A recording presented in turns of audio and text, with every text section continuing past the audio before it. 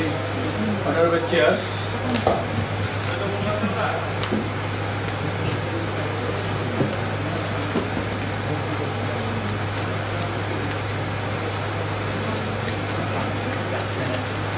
Research methodology, ethics in social science research, impact of research on policy, impact of research on planning, impact of research on development, and concluding remarks.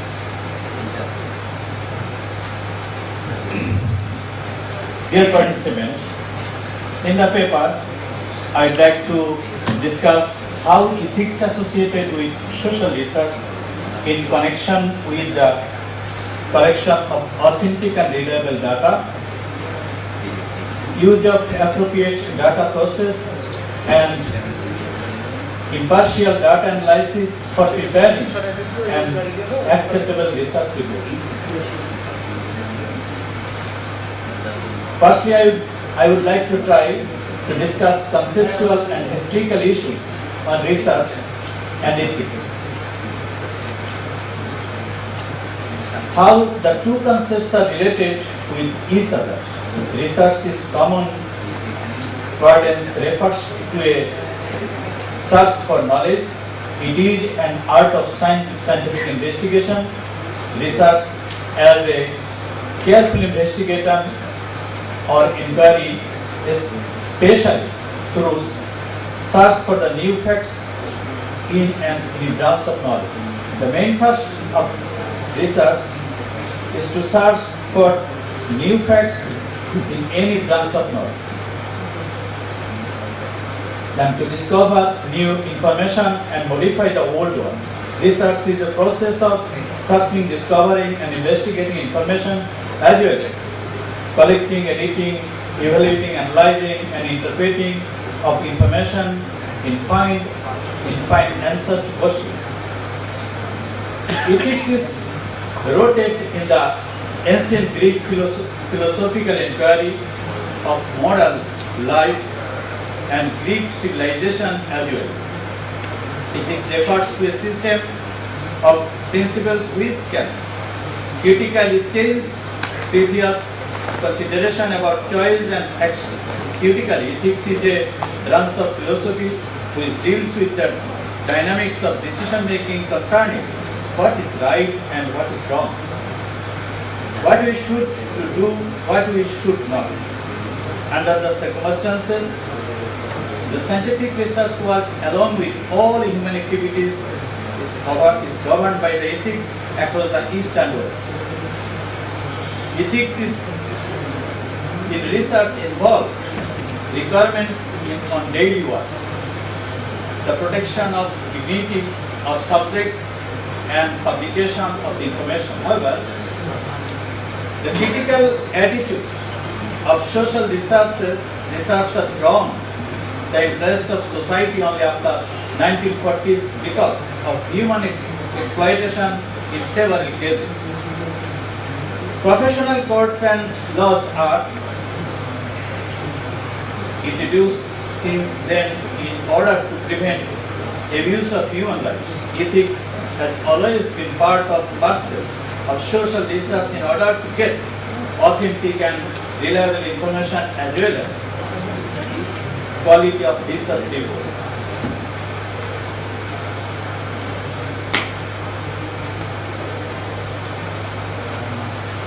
Theoretical issues.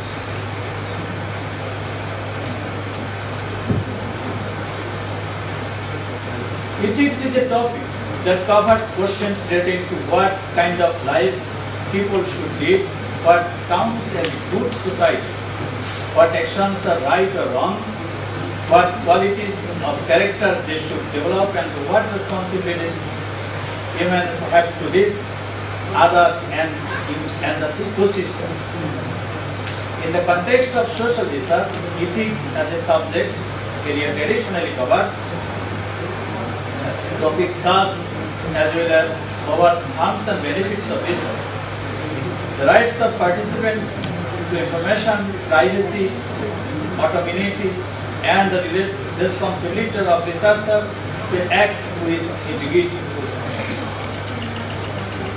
An ethical principle is general standard or norm that promote what is regulated as worthy or valuable of the furnishing of humans and the whole ecosystem. In social science research, researchers need to be natural in data collection, data processing, report writing, along with drawing conclusions. References should be given. Rightly in the plagiarism should be avoided. In the social sciences, ethical concepts are developed at the level of the participating scientist and the focus of the scholarly attention in the field of research ethics. Most of the ethical issues have to do with the scientists, obligations and limits of the permissible scientific activity. Perspective of these issues are informed by ideas drawn of a variety of intellectual tradition, including philosophical, legal and religious.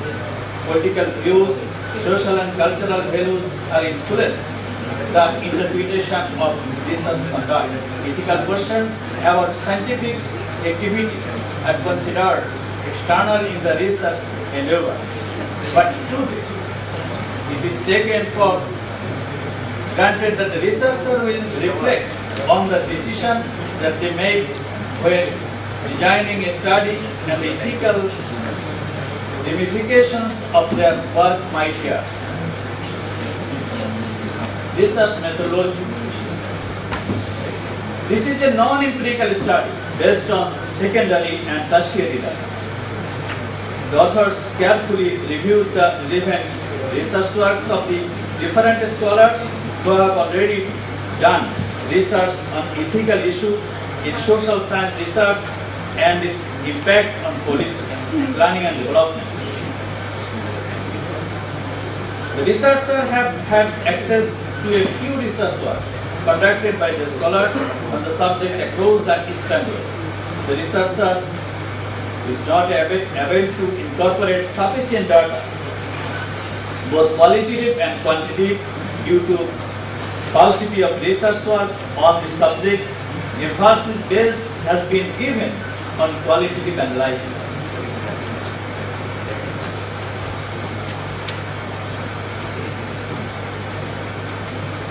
Ethics in social science research.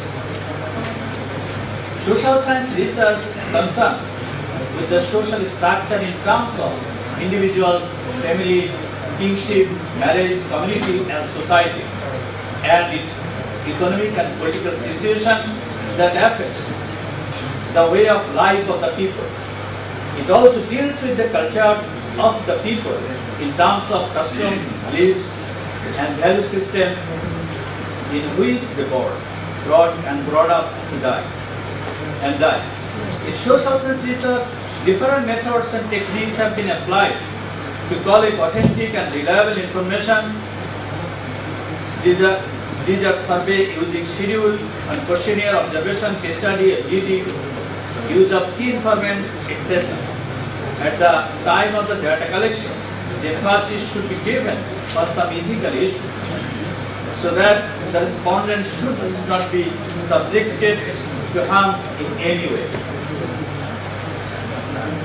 Respect to the dignity of research participants should be prioritized. Full consent should be obtained from the participant prior to the study. The protection of privacy research participants has been ensured. Adequate level of confidentiality of the research data should be ensured. Anonymity of individual and organizations participating in the research has been ensured. Any deception and exaggeration about the aims and objectives of the research must be avoided. Regulations in any forms, sources of funding, as well as any possible conflicts of interest have to be declared. Any type of communication in relation of the research should be done by honesty and transparency. Any type of misleading information as well as representation of primary data findings in the biased way must be avoided.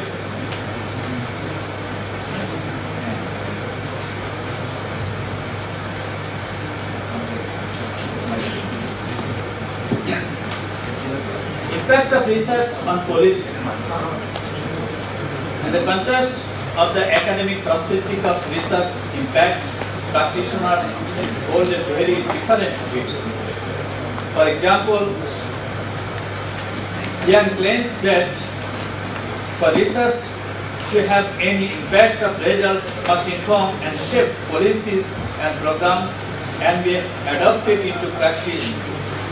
Researchers wishing to maximize the impact of their work to have attract an interest of policymakers and practitioners and then convince them that a new policy, a different approach is valuable and then foster and behavioral change that are necessary to put them into practice.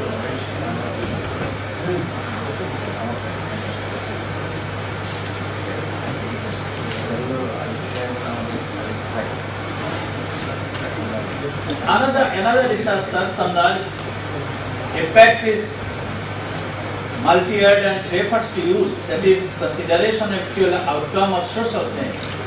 It can be visible and invisible, progressive regression intended to unintended and immediate or long term.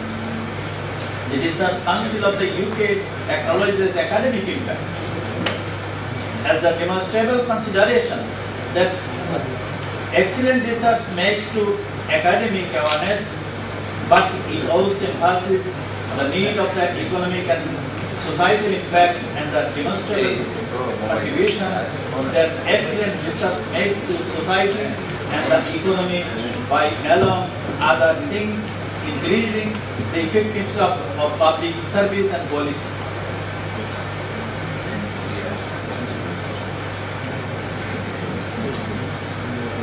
Impact of research on planning. Planning is very important for successfulness of the effective performance of an organization. It is not only for organization but also the individual. It is the most basic of all marginal functions.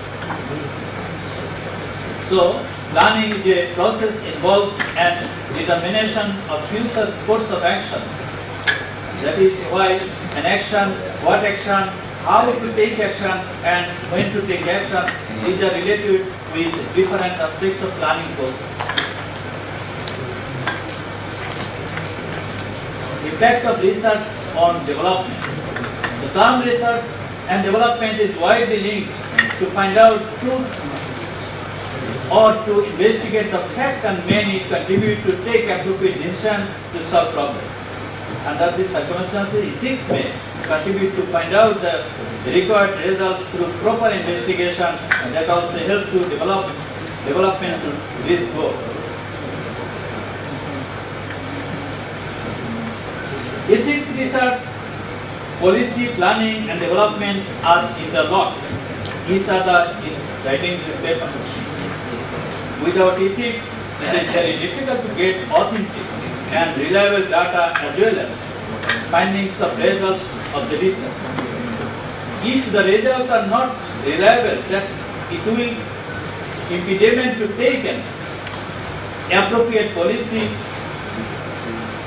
as well as effects of choke out the meaningful planning and all together create problem for development. Lastly, I would like to say researcher, investigator, data analyzer, report writer, monitor of the field investigator are interlinked in a framework of quality of work research work. They belong in a particular society, community and bears so many values like family values, societal values, community values and institutional values and also personal values. These are also interlinked and impact on socialization process of the group of the professionals. So, in-depth study for setting common core values of the research-related professionals. Thank you.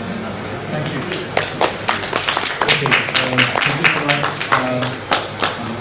because of the constraint of the times, we can allow only one question at the audience, please. Question? Yes. Please stand up. Ravi is the question. Two. Brief questions. Please, Ravi, ask your question. Is that mic? I got It's coming. Okay, alright. It will coming. No, it will coming.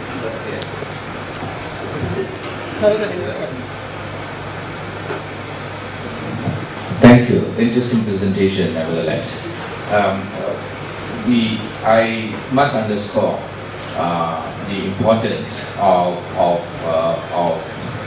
policy advocacy, as you rightfully mentioned, because I realized I was a bureaucrat before, and when you are a policymaker or a bureaucrat, we rarely think about difficult issues, right? I was involved in the science policy of the country, and very rarely we talk about rocking the boat or pushing the frontier of knowledge. This is only the academics will do.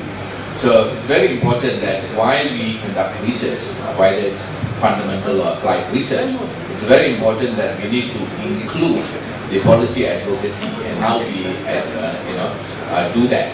I think this is something that we should, in the field of bioethics, to look at how we can also push forward the ethics component in thinking about life and thinking about policies in the country. This is just a reflection.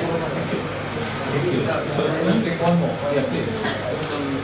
Excuse me, I wanted to find out whether in planning as well as in making policy, whether ethics is really taken care of and they are doing ethics when they are doing planning about, say, some house or somebody, people who should be given what. Poor people, they should be, poverty must be eliminated, and old people, they should be given a house, something. So, ethics is really taken care of in policy making as well as in planning and when they are implementing it. That's what I wanted to know. Yeah, Mr. Das, please, any Actually, planning is a process. Without research, planning do not go on in individual way. Actually,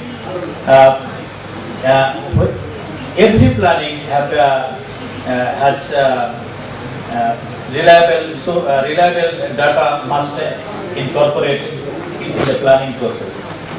Yeah, when you get a good planning, when you want to be a good planning, you need quality research. Without research, cannot go through by a good planning or effective planning. Feasibility study and research micro and macro level study is needed for a good plan.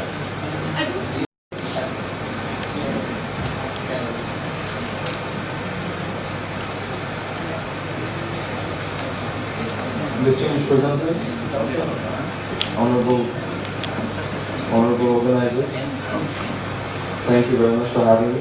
I wish you a very good morning. My name is Ahmad Tahmid Arnold, and I am a third year undergraduate student from the Department of Government Politics, the Faculty of Social Science, Jahangir University. I would like to start off my presentation with a story of a 14-year-old girl. She was a friend. In the bleak midwinter of early 2012, I was also 14 and my friend, she was also 14. And she was carrying a child, and she was married. I didn't know why. The reason I now know that the reason for the child getting married, the socioeconomic reasons, poverty, and all the stuff. But I didn't know back then. She was a friend, and she died, unfortunately, 6 months.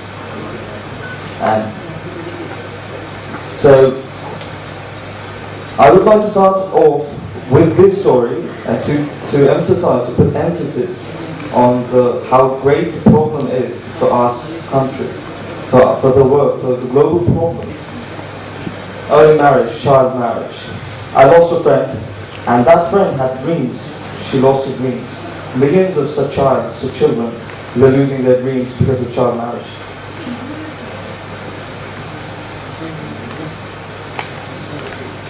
I'd like to start with the problem statement of child marriage. My topic. It's not working, sir. Thank you. The problematic. We know Bangladesh is a Muslim majority society. Muslim values and ethics occupy the largest share in mainstream Bangladeshi culture. And by Muslim ethics, Muslim law, I mean Muslim law. The Muslim law supports that a person can get married when he or she reaches puberty, which also provides the fact that it may be 15 to get married, the minimum requirement. And we can see that this is a guiding force for children to get married, for parents to get their children married off at an early age, because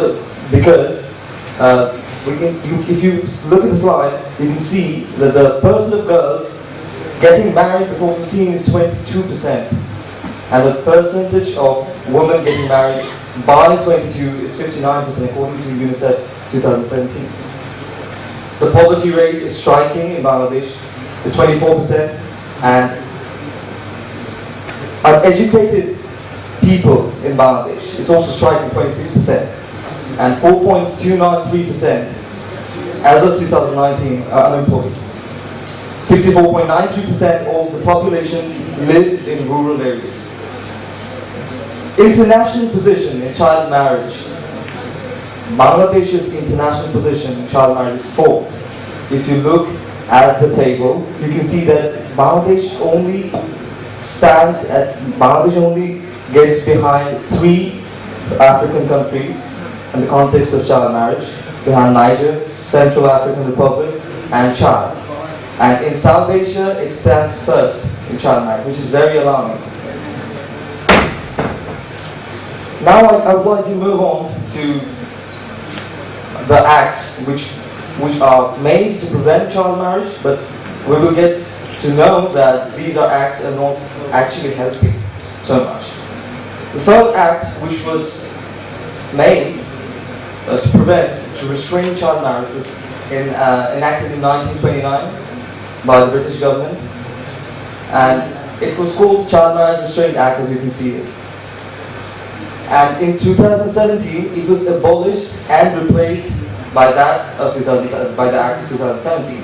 And there are 2 main things in that act I would like to point out. And the first thing is clearly written in section 2 that the legal age for marriage for a girl and a boy, or a boy, is 18 or 21. For a girl it's 18 and for a boy it's 21. And the legislation was, the second part is the addition of a special circumstances, a special provision, which we can see in the green box. I will read it out. That notwithstanding anything contained in any other provision of the Act of a marriage is solemnized in such a manner and under such special circumstances is made prescribed by rules in the best interests of the minor, of the direction of the court, and the consent of the parents of or the guardians of the minor, or the core may be, it shall not be deemed to be an offense under this Act. So we can see that though the legal age for the marriage for a person is 18 or 21, being a girl or a boy respectively, it does not help because of this special provision. Because if you have the consent of the parent or the guardian, and if and under special circumstances, which is the special circumstance, it is not defined clearly. So of course there is a chance that the child below 18, 21, the minors, they will be getting married, and they are really getting married. We will see that later on. And then I would like to talk about the punishment, which is offered in that act. I would like to read out the differences in the 1929 Act and the 2017 Act, the punishment. In the 1929 Act, there were 3 months of imprisonment or 1,000 rupee fine, or both. It was back in those days.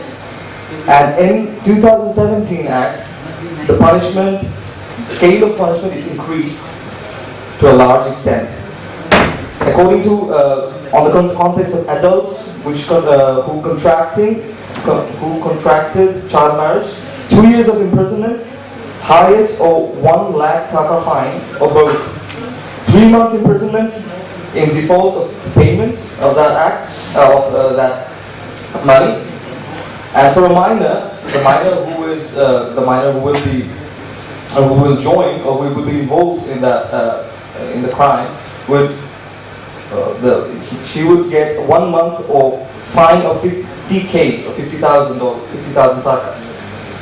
And for the parents who consent, for the parents who contracts the child marriage, they will get 2 years and not less than 6 months or 50,000 taka fine. So we can see that the amount of fine, the amount of imprisonment is huge compared to 1929 Act, but this is not helping because, I believe, because of the Special Provision Act, because of not defining it.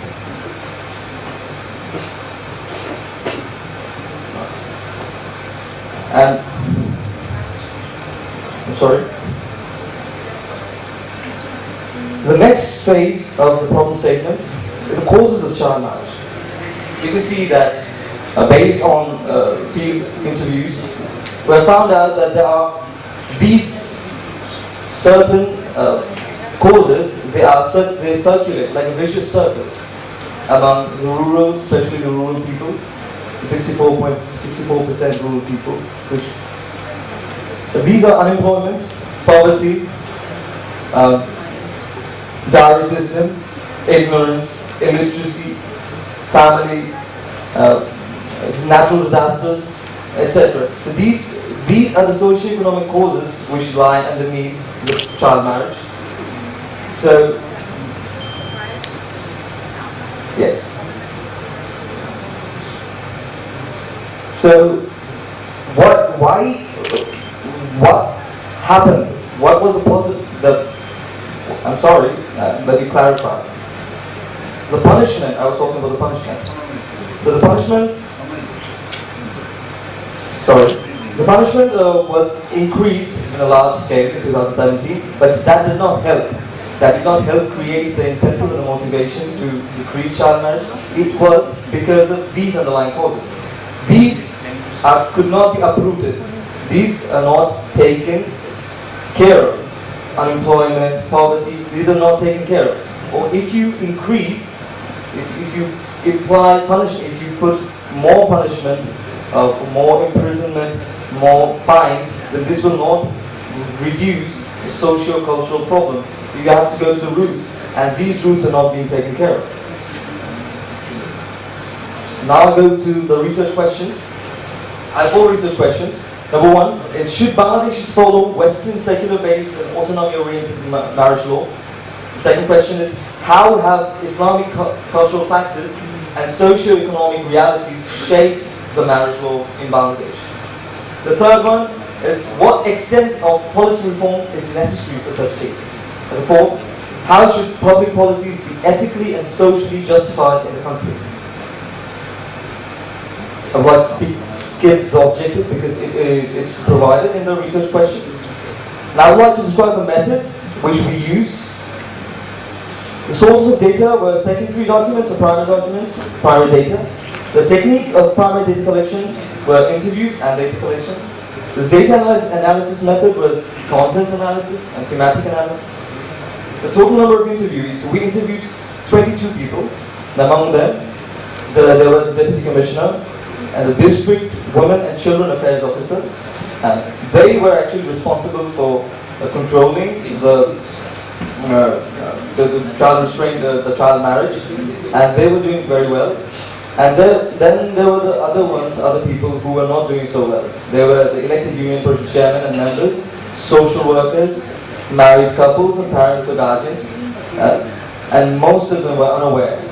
The place of primary data collection was Manikganj district in Bangladesh, and it took place in March 2017. The selection of interviews, we selected the interviews in a purposive manner, and pseudonyms were used in the analysis of primary data. Now I would like to come to the most important part of the presentation, the result.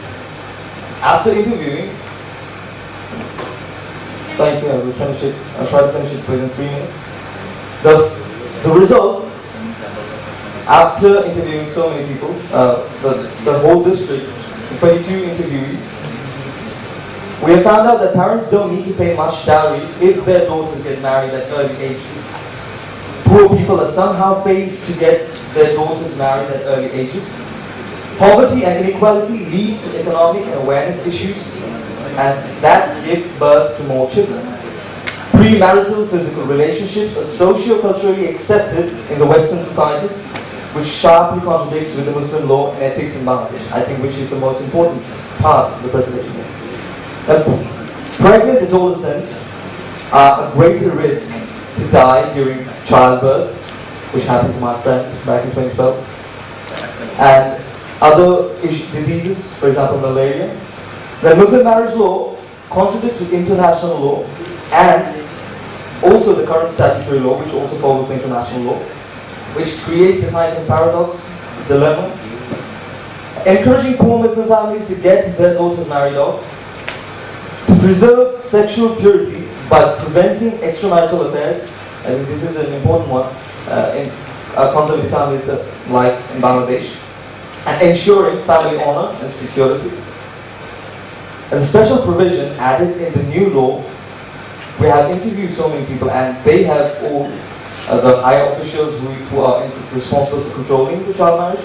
They have concluded that this special provision will not help decreasing, but rather help increasing the rate of child marriage.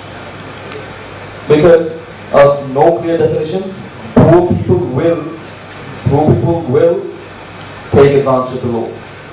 Thus, child marriage will increase and not decrease in Bangladesh. I would like to conclude by recommending a new institutional approach which we learned in our discipline, government politics. It's called isomorphic mimicry, where you take an institution from a same socio-economic perspective, we take infrastructure and bring it back home to find a plausible middle ground. We could use that. We could use socializations, proper socialization and awareness methods, and positive incentive development, because well-mannered parents, not well-taught parents, have mannered kids. And recommendation, I would like to say that the legal age for marriage for a girl or boy being 18 or 21 is necessary in the context of human rights.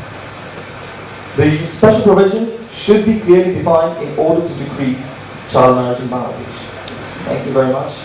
I would like to end my presentation. Thank you very much, Anna. Excellent student presentation, and hope your recommendations will be reflected in the policy making in this country, and also believe your data will be published. Thank you. So we will take three questions. Oh, I see 1, 2, 3, 4 hands.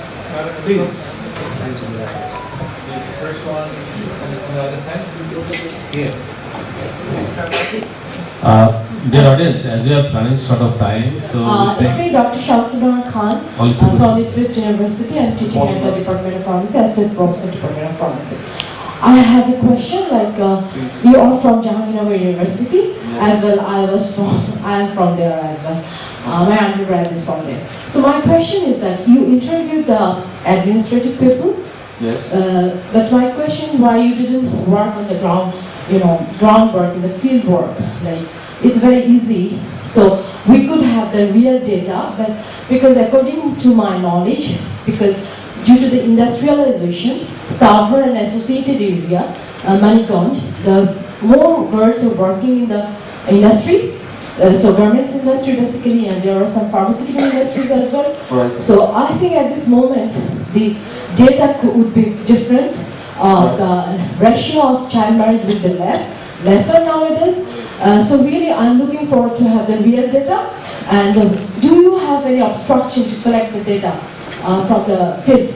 I don't think we have much obstruction. I think, because we have a lot of resources in Jahannagar University, different departments, sociology, social sciences, archaeology, and so many. So I think we could have a lot of data, and I think 22 interview to recommend to the government something, is it rational that much?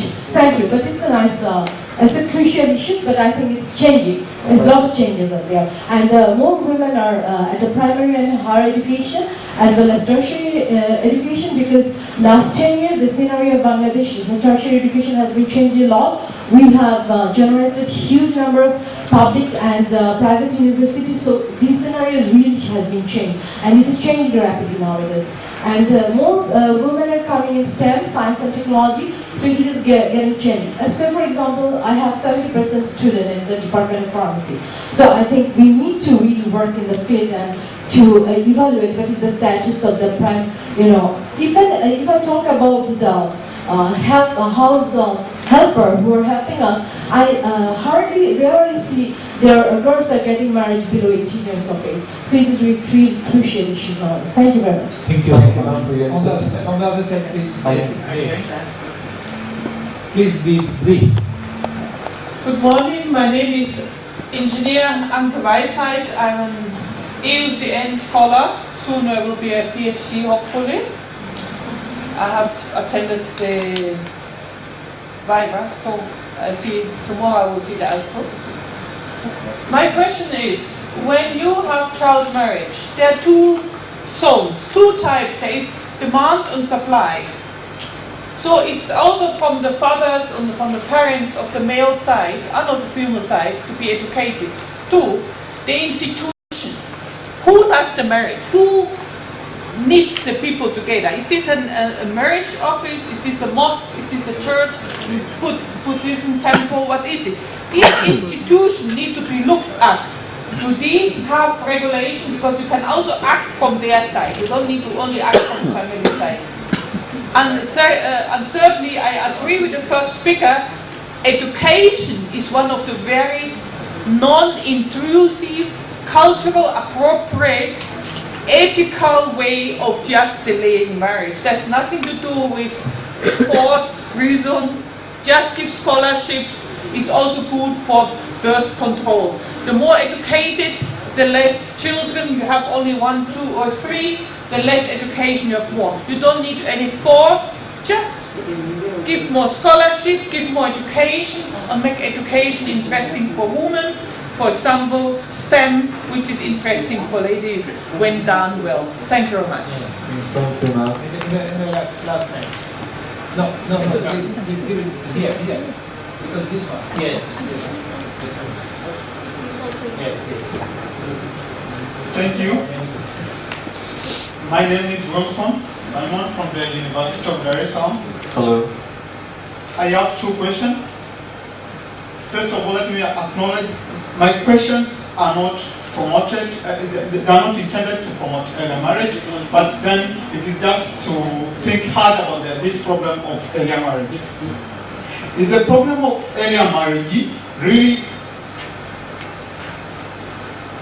early marriage mostly like death, which are associated with early marriage? Right. Are they really associated with age or other factors like economic factors like poverty, which leads to poor medical care and malnutrition? Of course, they are. Okay, and you know why I'm asking this? Because I have a friend in Zanzibar, in Tanzania, has conducted the same research. Right. And most people, when he tries to interview them, why are you supporting the earlier marriage? Even those who have been affected with the earlier marriage, when they are asked, why did you allow to be married with this age? They say, no, this is not a problem for me, because even if you say, if you are married with earlier, while you are very young, you will face some difficulties like death, but they say, no, even the mature people are dying with the same problem. So it is not a problem for us. Okay, thank you so much. I understand. Anna, any comment? Because that was the last question, we cannot allow anymore, I'm sorry. I have actually said in between, I have tried to answer in between the questions. So that would be all for me. And thank you for the inputs. Should I take more questions? Because, thank you very much. Thank you for the inputs. Thank you again, please. Thank God.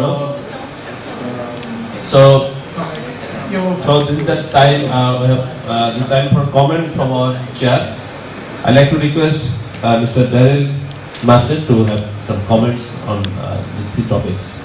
Thank you very much. So we had 3 excellent presentations this morning. Do you agree? Yes. And we'd like to thank all of you for the hard work. The themes were bioethics in the mind and bioethics in policy. It's very important for people at all levels to be involved in policy and research work, as I discussed yesterday in the inauguration session. And we've seen here evidence. Child marriage is a critical issue. Social research ethics, having an ethical research community will make an ethical society more possible. And we talked about the bioethics of a healthy mind, spirit, and body, which I wish everyone will have. Thank you, my co-chair. Thank you, Dr. Chair. That's it. Daryl Matchett. Now I'd like to request Professor Dastamuddin to have some comments. Okay, I think we enjoyed the session very much. I must thank the organizers and the board guests, my co-chair, Mr. Daryl Messer, and the audience. We to conclude the session here. Thank you very much.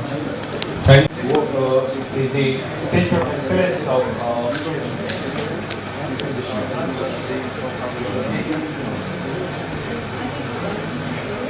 okay. This one, forward.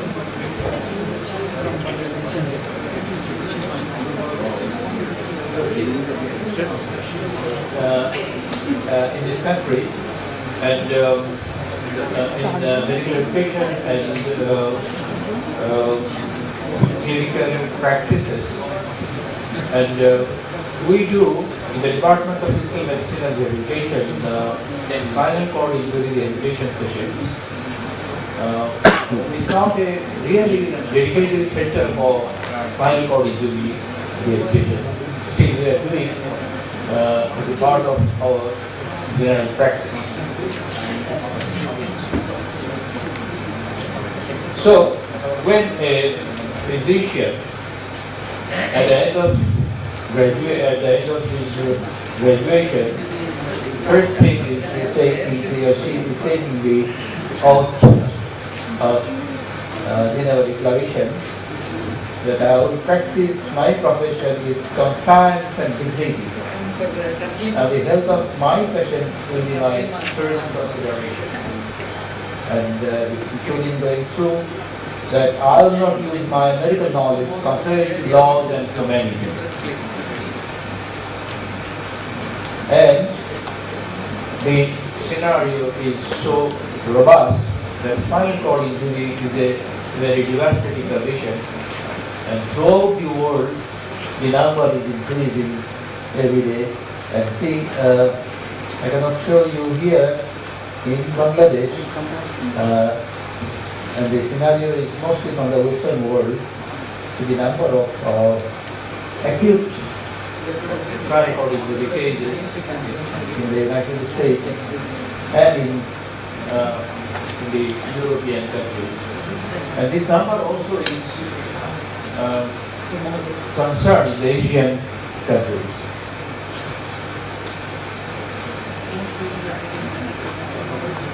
Very difficult to read.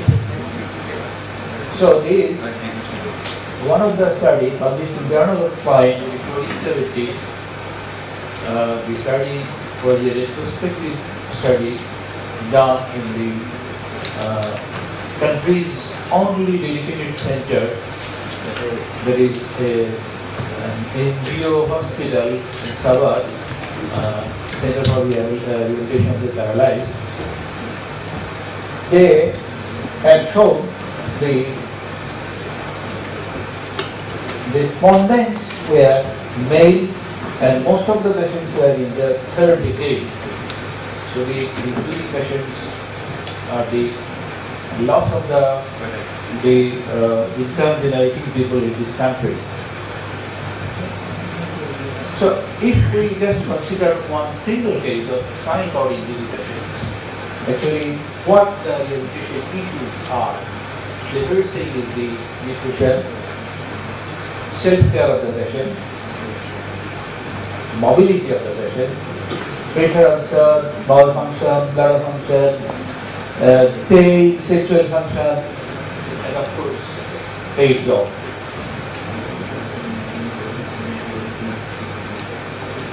As I was telling you, the acute cases of spinal cord injury, in fact, rehabilitation is a continuum of care from the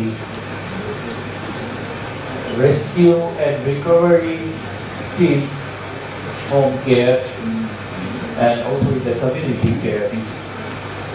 Every step a rehabilitation specialist is required. And ethics in spinal cord injury rehabilitation is not a very old issue. It is a relatively recently we started to observe the ethical issues because they really relate to the medical rehabilitation of these conditions. And also, prior to this, most of the ethicists were more concerned with acute care. And even in our country, more concern is on the acute care rather than the chronic care cases. And as I told you, the Center for Paralyzed Center is an NGO.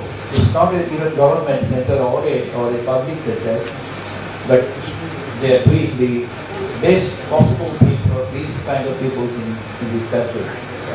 And as you can see, the lady standing over the microphone talking, that was a pressure ulcer prevention workshop, and the Honorable Minister was there.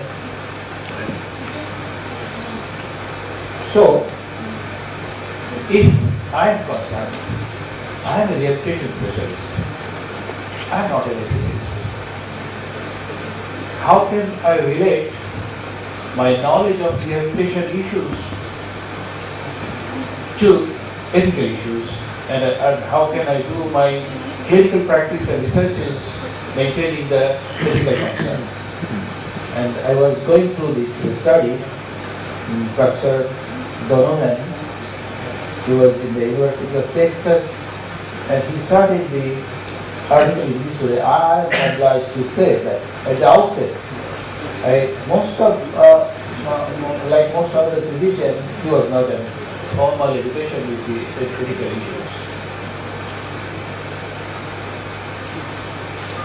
And at times, we need a bioethicist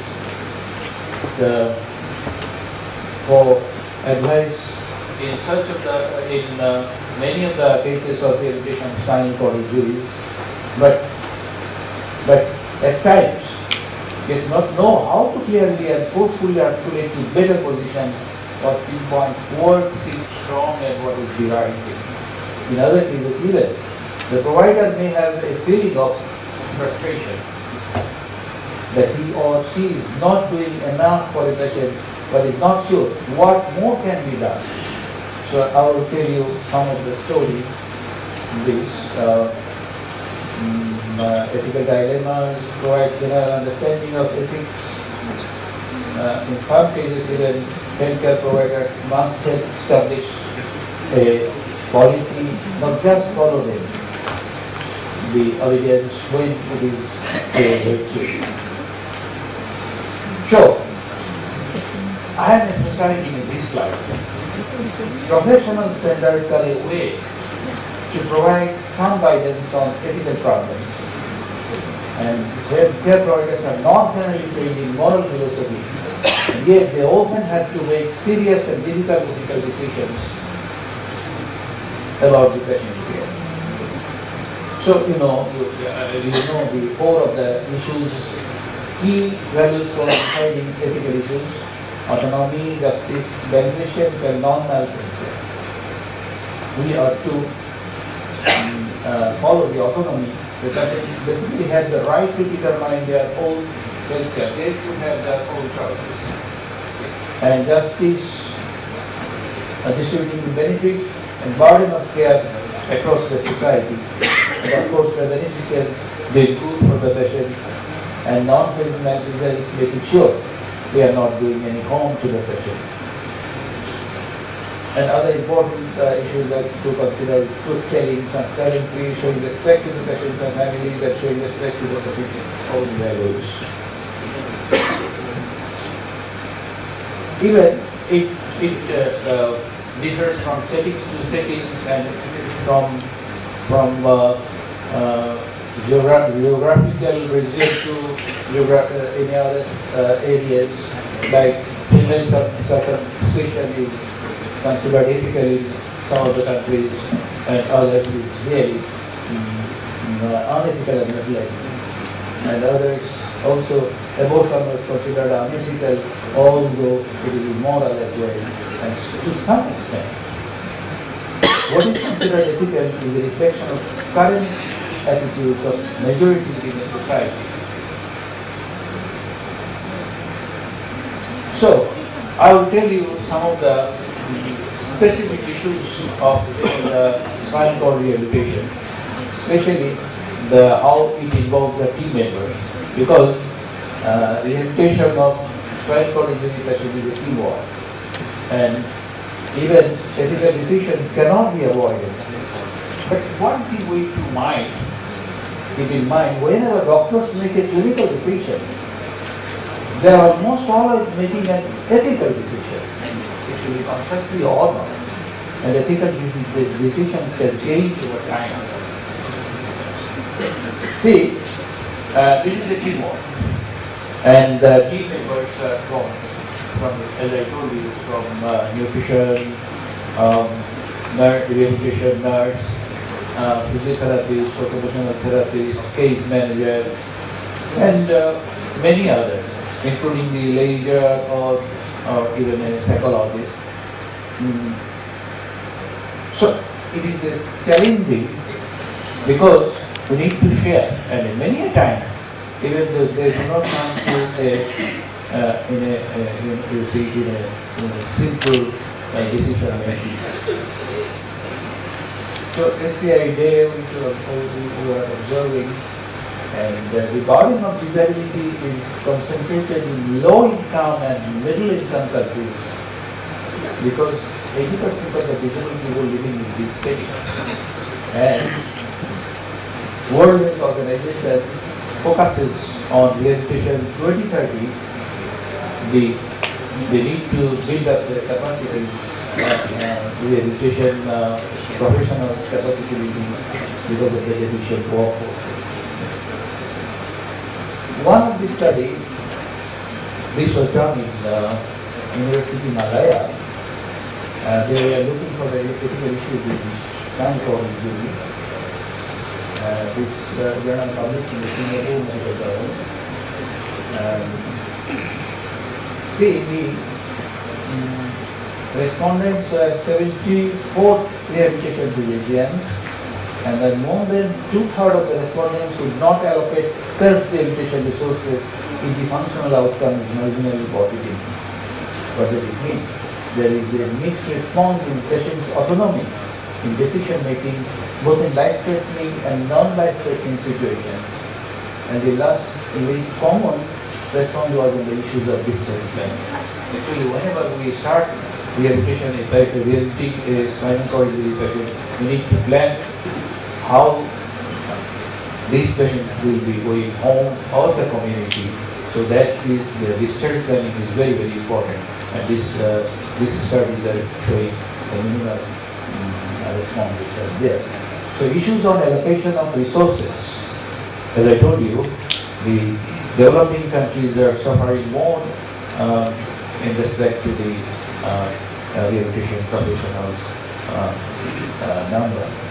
So discharge planning and decision-making capacity are significantly influenced by limited education facilities. And also some controversies in ethical issues. See, I read from here, dilemma of inpatient beds. Who should be admitted to inpatient and who has the education potential and who does not? So it's very difficult because we are passing a very busy schedule in our outpatients. We cannot provide enough time for selecting a patient for the education because rehabilitation is looking mainly on the potentials of a person, not the disabilities. We are to encourage the potential needs he or she has. So it's very difficult in a busy schedule to find out who should be admitted for inpatient care and who should be taken for the total team care and who should not be. Whether or not to operate on acute injured patients. Because many of the patients, or spinal cord injury patients, might not be operating. So only the spinal cord, if it is not a stable, unstable injury, only unstable injury patients can be have immediate surgery. So freedom of choice of treatment options in SCI patients following injury life may be totally dependent on human and machinery support. And other controversies are who should break that news, when and how, what is going on. The physician's confrontation and dilemma between the patient's genuine needs and those of the lawyers. Even in our country, we do not have enough insurance coverage of these patients, and also the pain management is a concern of these patients.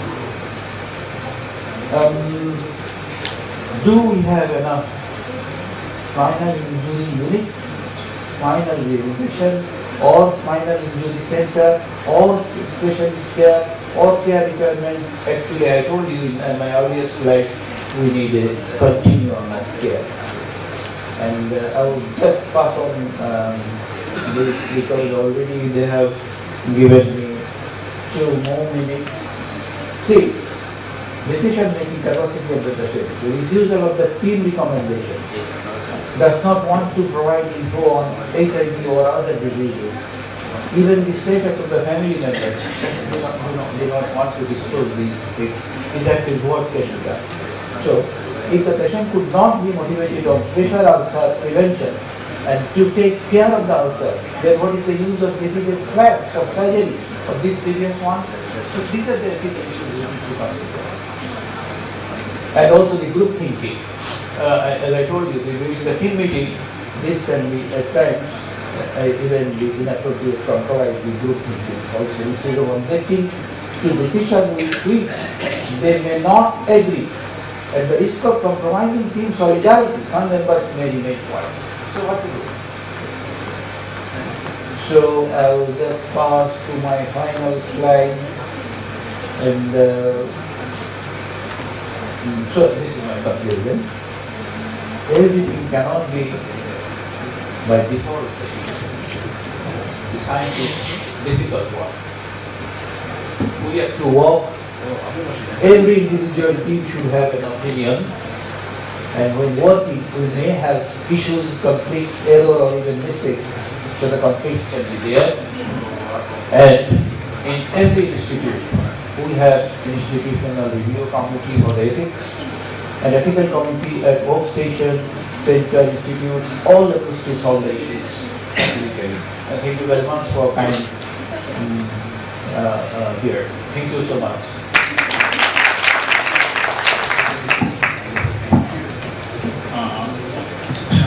Thank you, Professor Toslimuddin. I am requesting the audience to make a note about the question because after completion of the all topics, people, organizer requested us to make this session like this. And hello. There are questions now for the beginning. Okay, because they request us to make the question and answer after completion of the all topics. Right, thank you. Thank you very much. Okay. Please note it, and after there is a question and answer session, then you answer the question.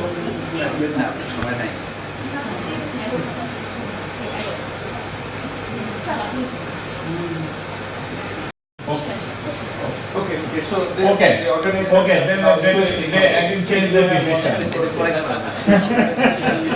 Okay, please, if you have any questions or comments, please ask.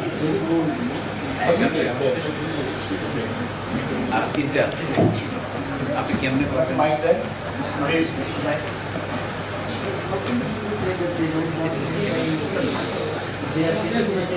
Any questions? Yeah, I can.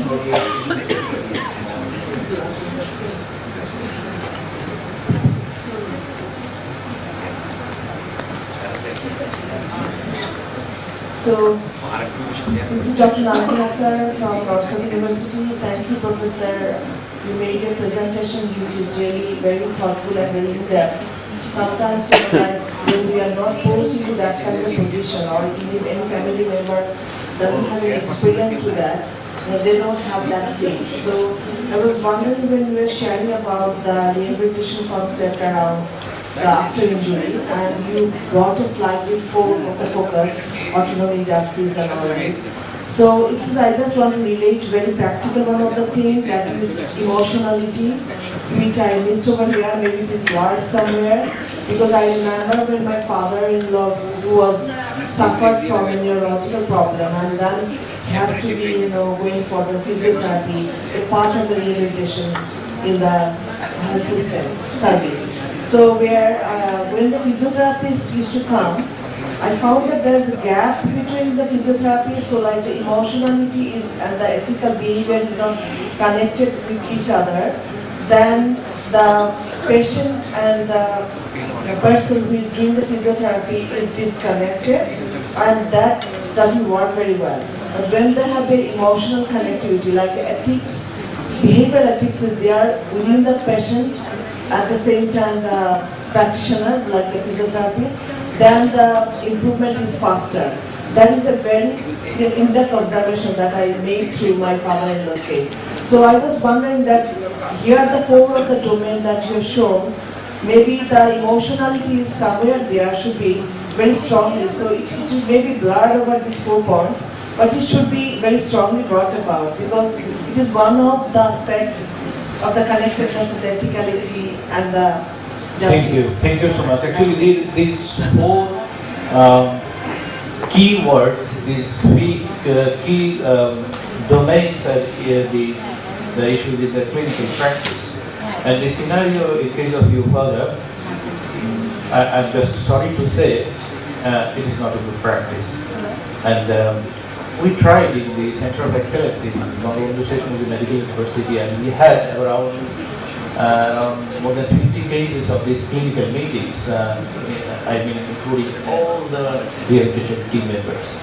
So what I suggest, if you can come over there, see for a time, and I believe you will have your ideas what we are doing and what we should do, but we are trying to get the minimum level. Thank you so much. Any other question? Okay, please. Okay, thank you very much. Now is the time for tea. From BSMFU, my talk on informed consent, how much important to take informed consent before starting a research involving human suffering. All the doctors are involved in research.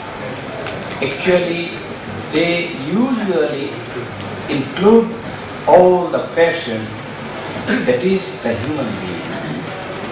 When a human being is involved in a research, informed consent should be taken before starting a research work. And is it very important or not? I should say about it. Now,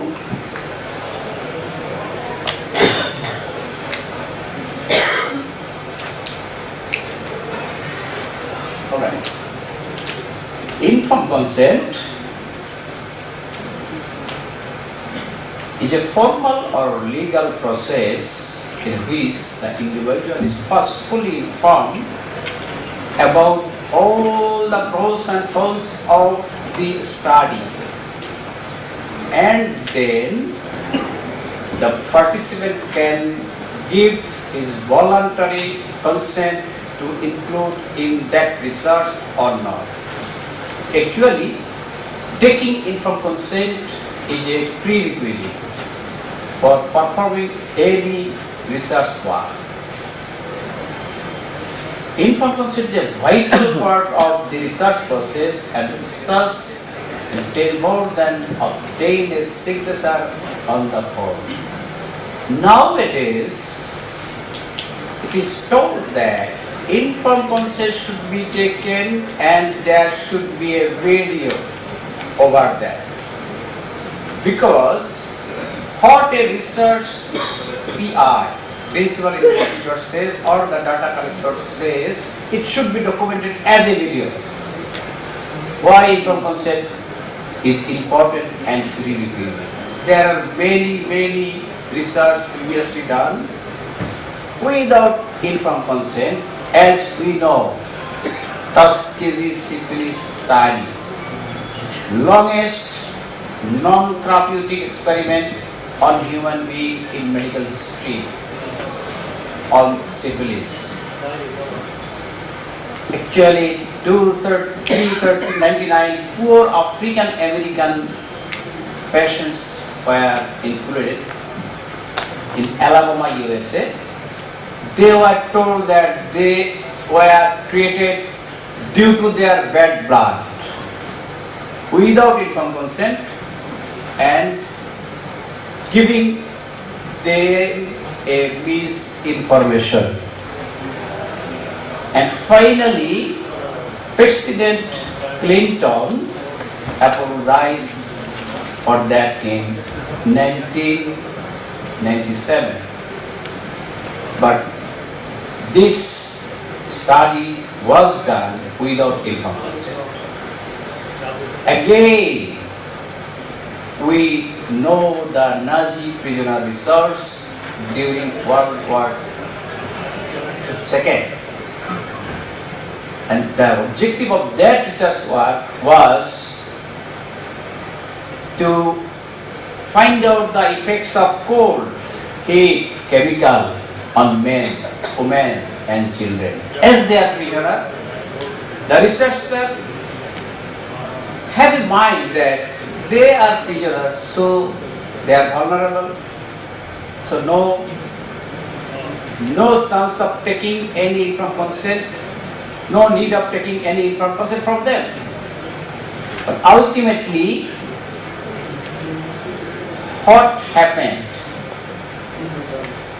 They become very much ill, and some of them become dead.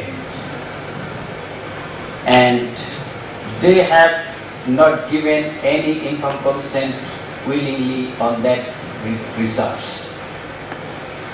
Ultimately, this type of research gives rise to many international documents, and this is a study in this region. Here it is said that in Bengali, Gorib Oli Kitar guinea pig. Actually, they will not be a guinea pig in a research.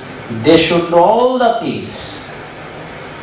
They should inform all the pros and cons again and again, and they can withdraw themselves without any means or any ever causes. Actually, this is a research in India. I think our Indian colleague already familiar with this type of research. Actually, they have been included in a research. They are told they are told that you are giving some drugs which price is very high and you will be benefited, but they were doing drug trial, and ultimately some of the people, some of the participants died due to that research. And this is why there are many evidence. I have given only some evidence where the informed consent and other things are not actually maintained. That is the ethical issue. That ethical issue should be maintained in all over the research study, from beginning to end. And this is why Nuremberg Code in 1947, Declaration of Helsinki in 1964, Belmont Report, among ICAGCP 1997 was promulgated, and ultimately ICMR guideline, that is the guideline of India, it is also said that informed consent is essential. And now, Nuremberg Code, what is it? I should not go all the things. The Nuremberg Code, I should quote it, the voluntary informed consent or voluntary consent of this human subject absolutely essential. This is the code which is formulated at Nuremberg, and this should not be avoided at all. Again, we should say Declaration of Helsinki, where a statement of ethical principle on research involving human subject, which is also published in WHO manual, that is the informed consent and other things are included over there. And this is the first adopted Declaration of Helsinki. And Nuremberg Code, I have already told that in Nuremberg Code it is said that informed consent of the subject is absolutely essential and it should not be forced. There should not be any fraud, deceit or abuse or coercion at all during taking any subject in a research work.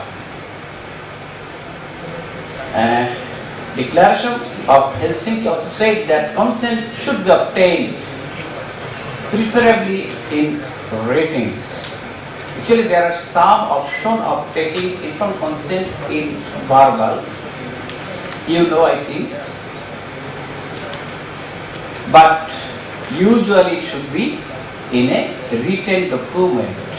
And I already told that during taking informed consent, we should have a video of that. And in case of Declaration of Helsinki about informed consent, they say that consent must be obtained as soon as possible from the subject or a legally acceptable representative if there is a situation that informed consent is not taken due to emergency situation. In that case, informed consent should be taken as early as possible where and when it is possible.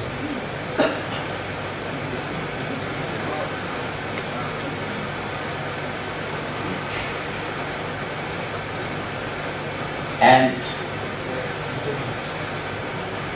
sorry. Now, what is the thinking of Belmont report? Actually, it is the ethical principle and guidelines for protecting the human in clinical research. Actually, there are many guidelines which is formulated for protection of the subjects during research.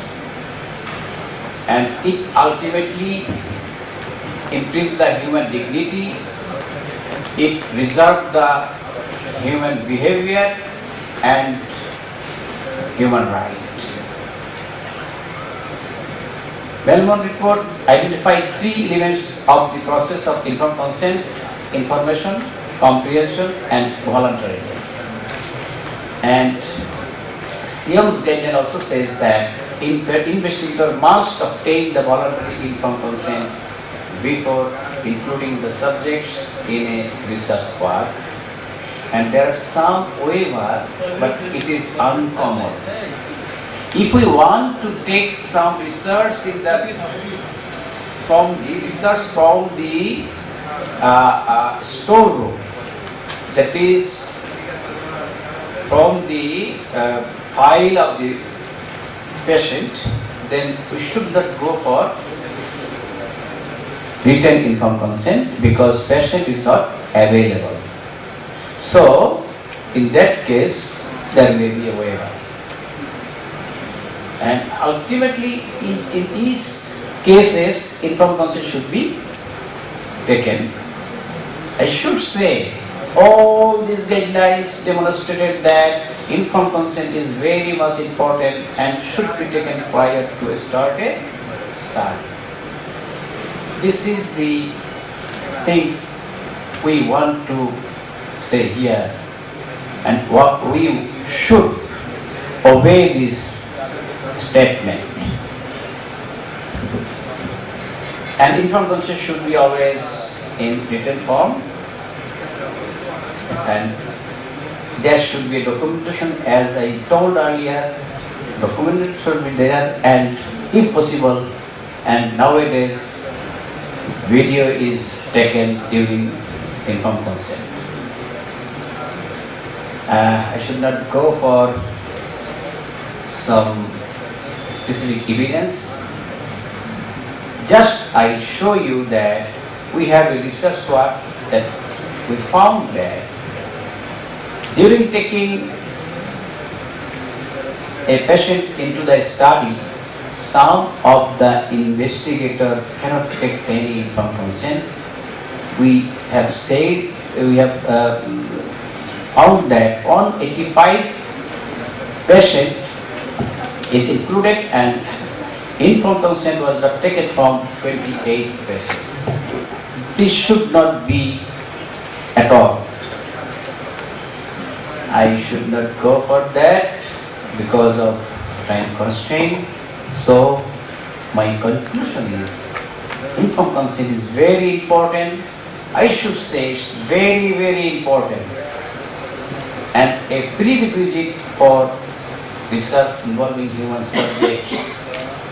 All researchers should have to take informed consent before starting the research work, not in between, not after. Thank you all. Thank you, Professor Shakur. And now I would like to request all the audience to keep your notes for all the presentations, as our question and answer session will be held after our completion all the presentations. Now I invite Professor Vikas Mehdi, Professor of Clinical Pharmacology, Postgraduate Institute of Medical Education and Research, India, for presenting role of Institute's Ethics Committee in compensation in the case of clinical trial-related serious adverse event and research-related injury in India.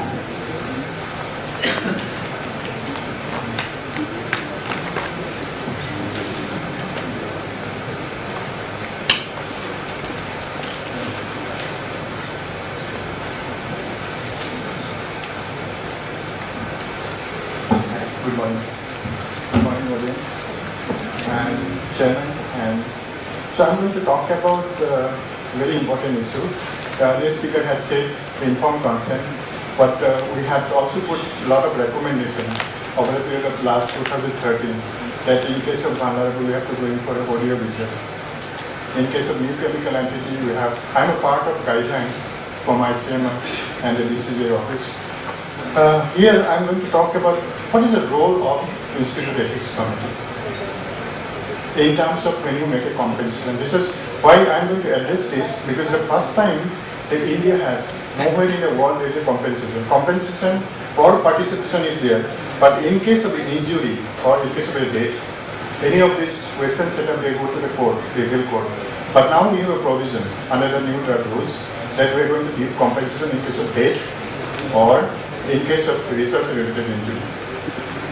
So when you see that everybody has a role when you talk about GCP, good clinical practice, whatever it is, ICN GCP or Indian GCP, that how Institute Ethics Committee get to play a role, what is their responsibility as an investigator, as a regulator, or as an investigator or as a participant.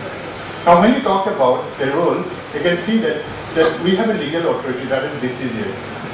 So in India we have a central regulatory authority and state regulatory authority. So any of the new drug we talk about, it comes to DCGI office. So everybody has, stakeholders, like as a sponsor, what is their role and responsibility as an ethics committee or as a participant.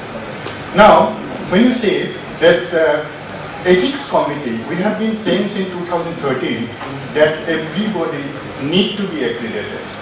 As an investigator, you cannot do a clinical trial if you are not GCP certified. Maybe somebody is a big cardiologist, pulmonary medicine, but he is not allowed to do a clinical trial if it is not GCP certified. Similarly, in ethics committee also there are a lot of accreditation process. Accreditation, there should be registration in DCGI office. Unless you have a registration, you cannot give any permission for any regulatory trial. That's the legal things. Now it is for any biomedical research also with a new draft rule from 19 September. All the ethics committee need to be registered. Now there are different standards, like we have a US FDA standard, CDSO standard, that is DCGI office. We have started with NMA standard for ethics committee also. So when you look at the NMA standard in India, they have to have 10 standard. When you talk about, WHO, they have a 9 standard. So out of this 10 standard, they should have a 49 elements, like how do you constitute the ethics committee, what is your SOP, how you are going to approve it. Okay, so all these, and there is also for SICA or WHO accreditation is there. So these are 10 standards are here. For, constituting ethics committee till you archive, we keep it for 5 years. We keep it for 5 years, all the record of clinical research. Or in drug development process, we keep it for 15 years.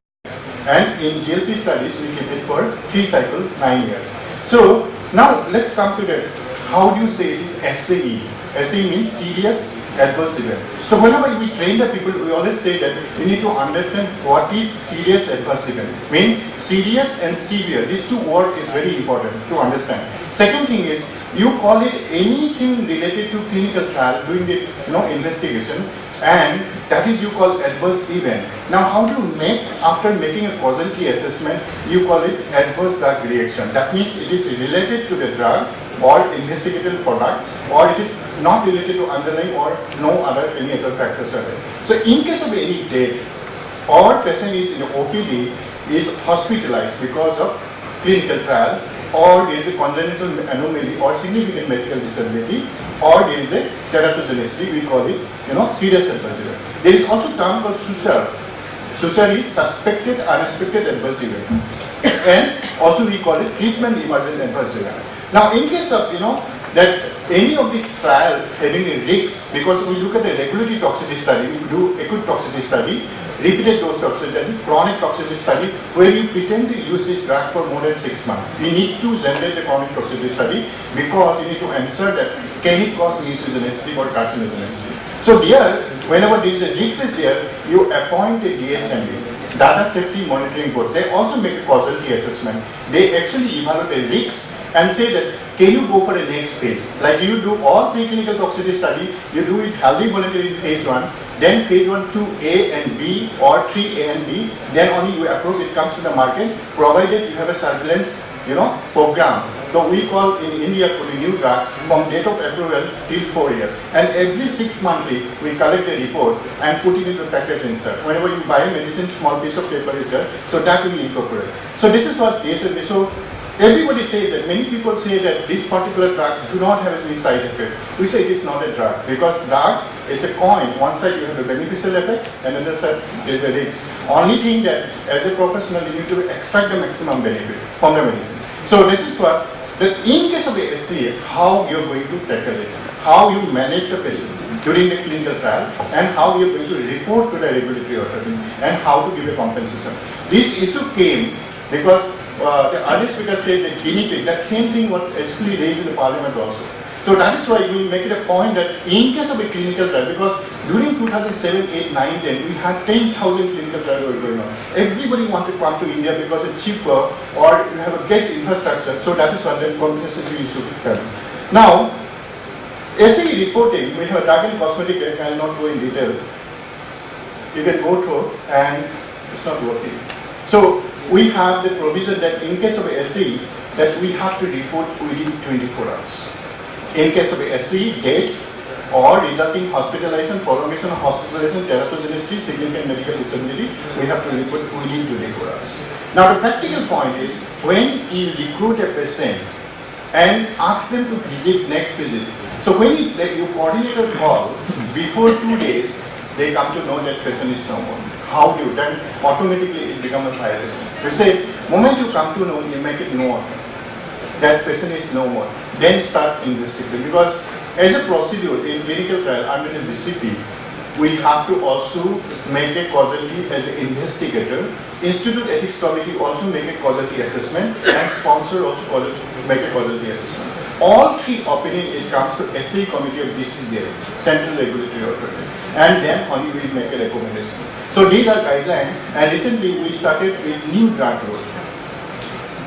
19 months, just 2 months back only, we have a two drug rule. So this is what the reporting rule, that within 24 hours you have to report, and in case of an injury also. In case of a research-related injury, like anybody participated in clinical trial and he crossed the road, made an accident, it's an adverse event. So you don't know because of clinical trial or it's because of some other factor. So you have to make a causality assessment. Now, how to establish a relatedness, a causality? So we have various scales. Like we have around 40 scale. You can name some European ABO system, US system, then WHO causality scale or Nanodero scale. But we adopt WHO scale, reason behind regulatory accepted. But for academic purpose, you can also use Nanodero scale. So here you can see, this is Nanodero scale. When you compare with WHO scale, this is WHO scale, you say certain, probable, possible, unlikely. Like I'll give you a simple example. You take a drug, and somebody said that I had taken a drug, I felt unconscious. Then I asked that person that when did you take the drug? He said 10 days back. So I look at the half-life of the drug, because you know that when you look at the half-life, 5 to 10 elimination half-life, 99.9% drug is going to eliminate it. But it is very important to see that if the drug is converted to active metabolite, because their metabolite may be active, okay, and also if there is a tissue retention, like we have a lot of nano preparation now. So if you find it is not within that half-life, so you call it temporal sequence is positive. It is temporal sequence. Can you relate it to half-life? Then if there is any problem, you stop the therapy. Drug is going to eliminate 99% after 10 elimination half-life. So the event should disappear. If it is tolerable, you can reintroduce. But here the gray area is, in case of a serious adverse event, you are not going to reintroduce the drug because of ethical concern. So, if you find certain, when there is a temporal sequence is positive, desequence is positive or resequence is positive. Okay, so you are going to call it, it's definitely because of the drug. And that is what you should certain that we use in WHO or regulatory. So this is what you say, that all three are positive, you call it, it's definitely because of drug. Okay, but otherwise, only temporal sequence is positive, desequence is positive, you are going to call it probable. Only temporal sequence is positive, then you are going to call it, it is possible. So, if you find yes, I'll take 2 minutes, then you say it's related to drug. But here you could see that this scale is also very important. This scale will tell you that additional information, did the patient take the medicine? Because many times we have compliance issue. Drug is not exactly taken, but they say because of the drug. So they check, is it because of the drug by taking a blood sample? Or there could be placebo reaction. We have a lot of psychological factors. So that's the reason this scale is also important. Now, coming to the compensation issue, how much to be compensated? I used to work with, High Court, I had written a book with Justice, one of the Justice. So whenever I go there, he was a judge for compensation. So I saw one day that one laborer, he was standing on the bus, hit by electrical foot, died. He was 37 years. And they calculate the compensation, what is the life expectancy, how much he earned, how many children, love and affection, they calculate the money and give it to them. So whenever we talk about this compensation for clinical trial, we also thought that if there is a rickshaw puller, or there is a laborer, how much they earn, based on that we give a compensation. But while delivering, people said that, one of the NGOs said that, can you differentiate a human from another human? Automatically all the members came out and said, no, we cannot differentiate human.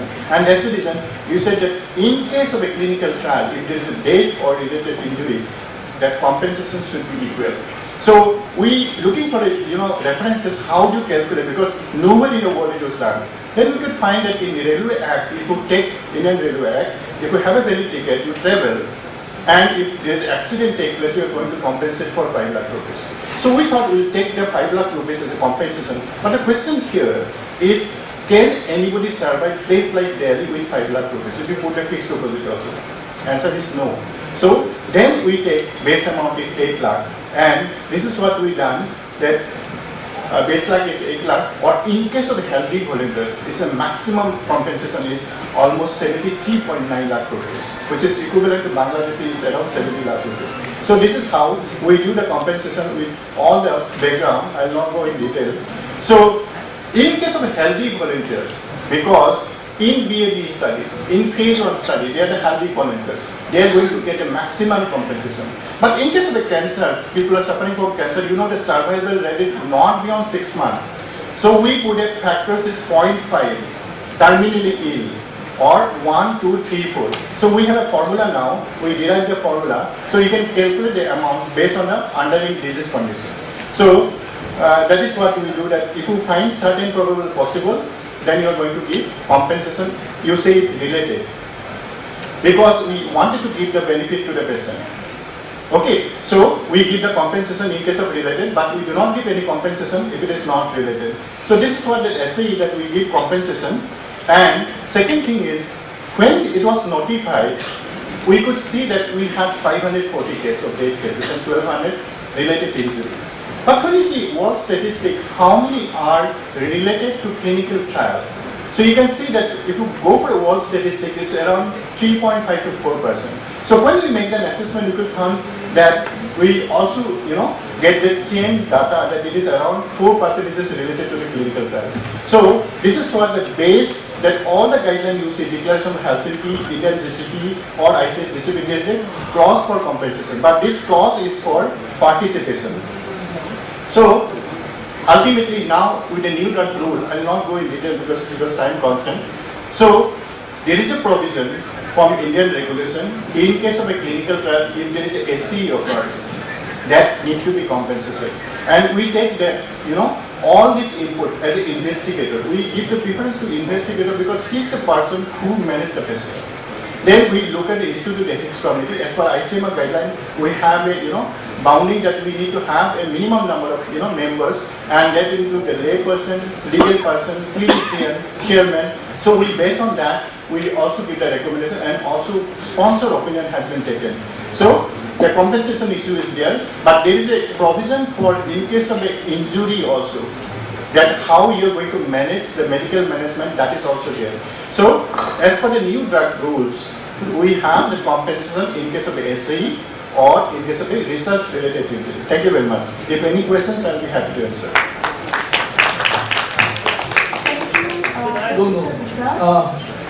Please give questions after the session. At the end of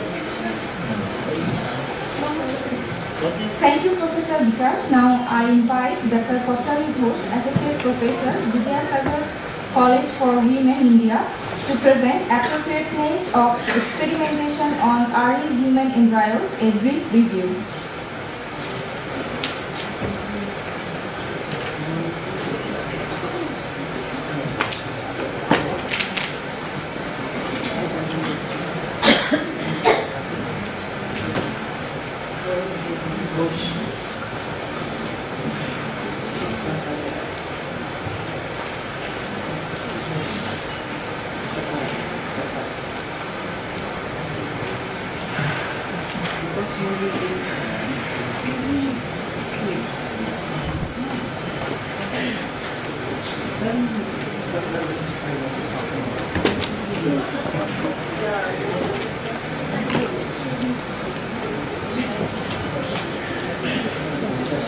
A very good morning to the chair and to the audience in front of me.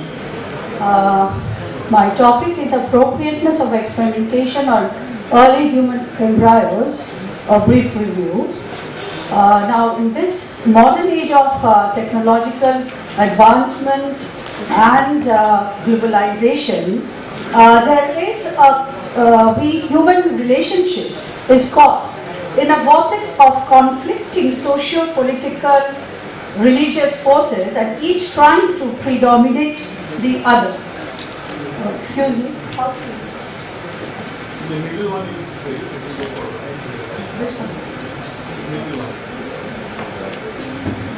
Thank you. With a view to meeting this crisis, ethical discussion is very much necessary in our human type of life.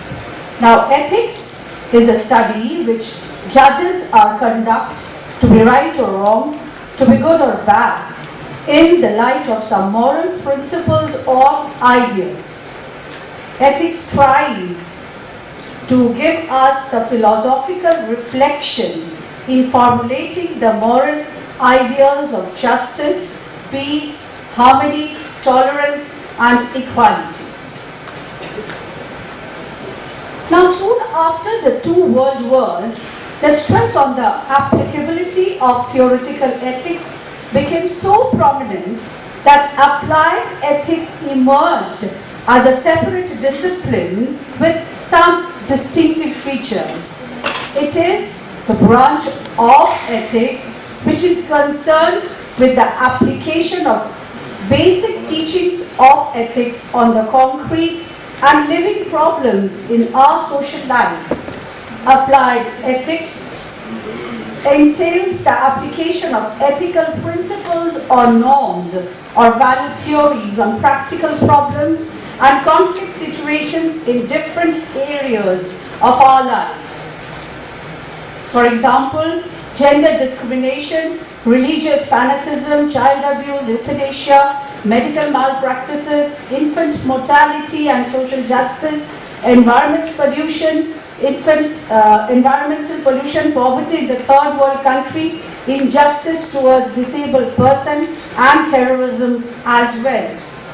This extensive area of applied ethics also includes, these are the branches of the applied ethics: medical ethics, legal ethics, business ethics, animal ethics, and so on. Now, of all the species of applied ethics, the most developed is medical ethics, or the wider field that has come to be called as the bioethics. Medical ethics is an applied branch of ethics or moral philosophy which tries to unveil the rights and wrongs of the different areas of healthcare practice in the light of philosophical analysis. It is the patient's interests that have always been paramount in medical ethics. Now, we have to admit that almost every action within the medical setting, either explicitly or implicitly, contains two judgments. One, definitely the scientific judgment, and the other, the ethical. And there is a constant interplay between what is technically possible and what is morally desirable. The study of medical ethics is important so that physician to be would rather be ethical than not, and that ethical decisions like clinical decisions be made better if they are made according to a rational methodology rather than haphazardly. And I'm a teacher of philosophy. From philosophical perspective, Kantian ethics and contemporary deontological ethical theories analyze the bioethical issues mainly from anthropocentric perspective and defended by Kant's categorical imperative, which allows greater respect for humanity.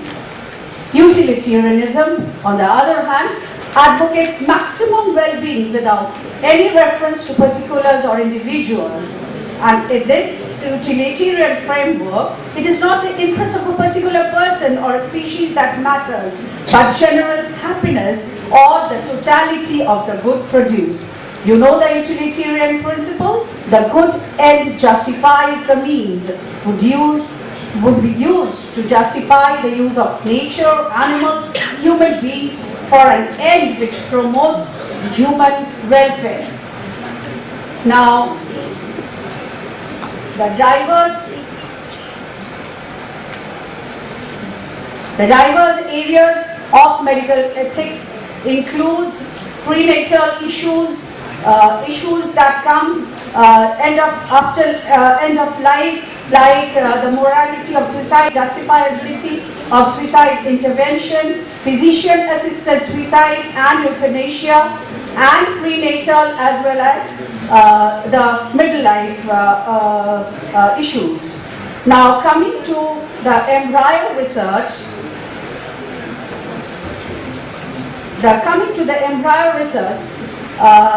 this is one of the few ethical issues with no historical precedent. Human embryonic research has been controversial since its inception. The ethical aspects of human stem cell research raise a wide variety of controversial and important issues. For the moment, there is general consensus that embryos are the best source of stem cells for therapeutic uses. Then there is the question of whether embryos or fetuses be deliberately produced or destroyed to be the sources of stem cells. Scientists eagerly tout the potentially life-saving therapies this research could produce, giving hope to the millions who suffer from debilitating diseases like cancer, diabetes, Alzheimer's and Parkinson's disease to be the few. However, to obtain these longed-for miracles of modern science, human embryos must be destroyed. And many people object to this aspect of the research. Actually, people are pulled into two directions, whether to help the people or to protect life. And it is this pull which characterizes the debate over the stem cell research.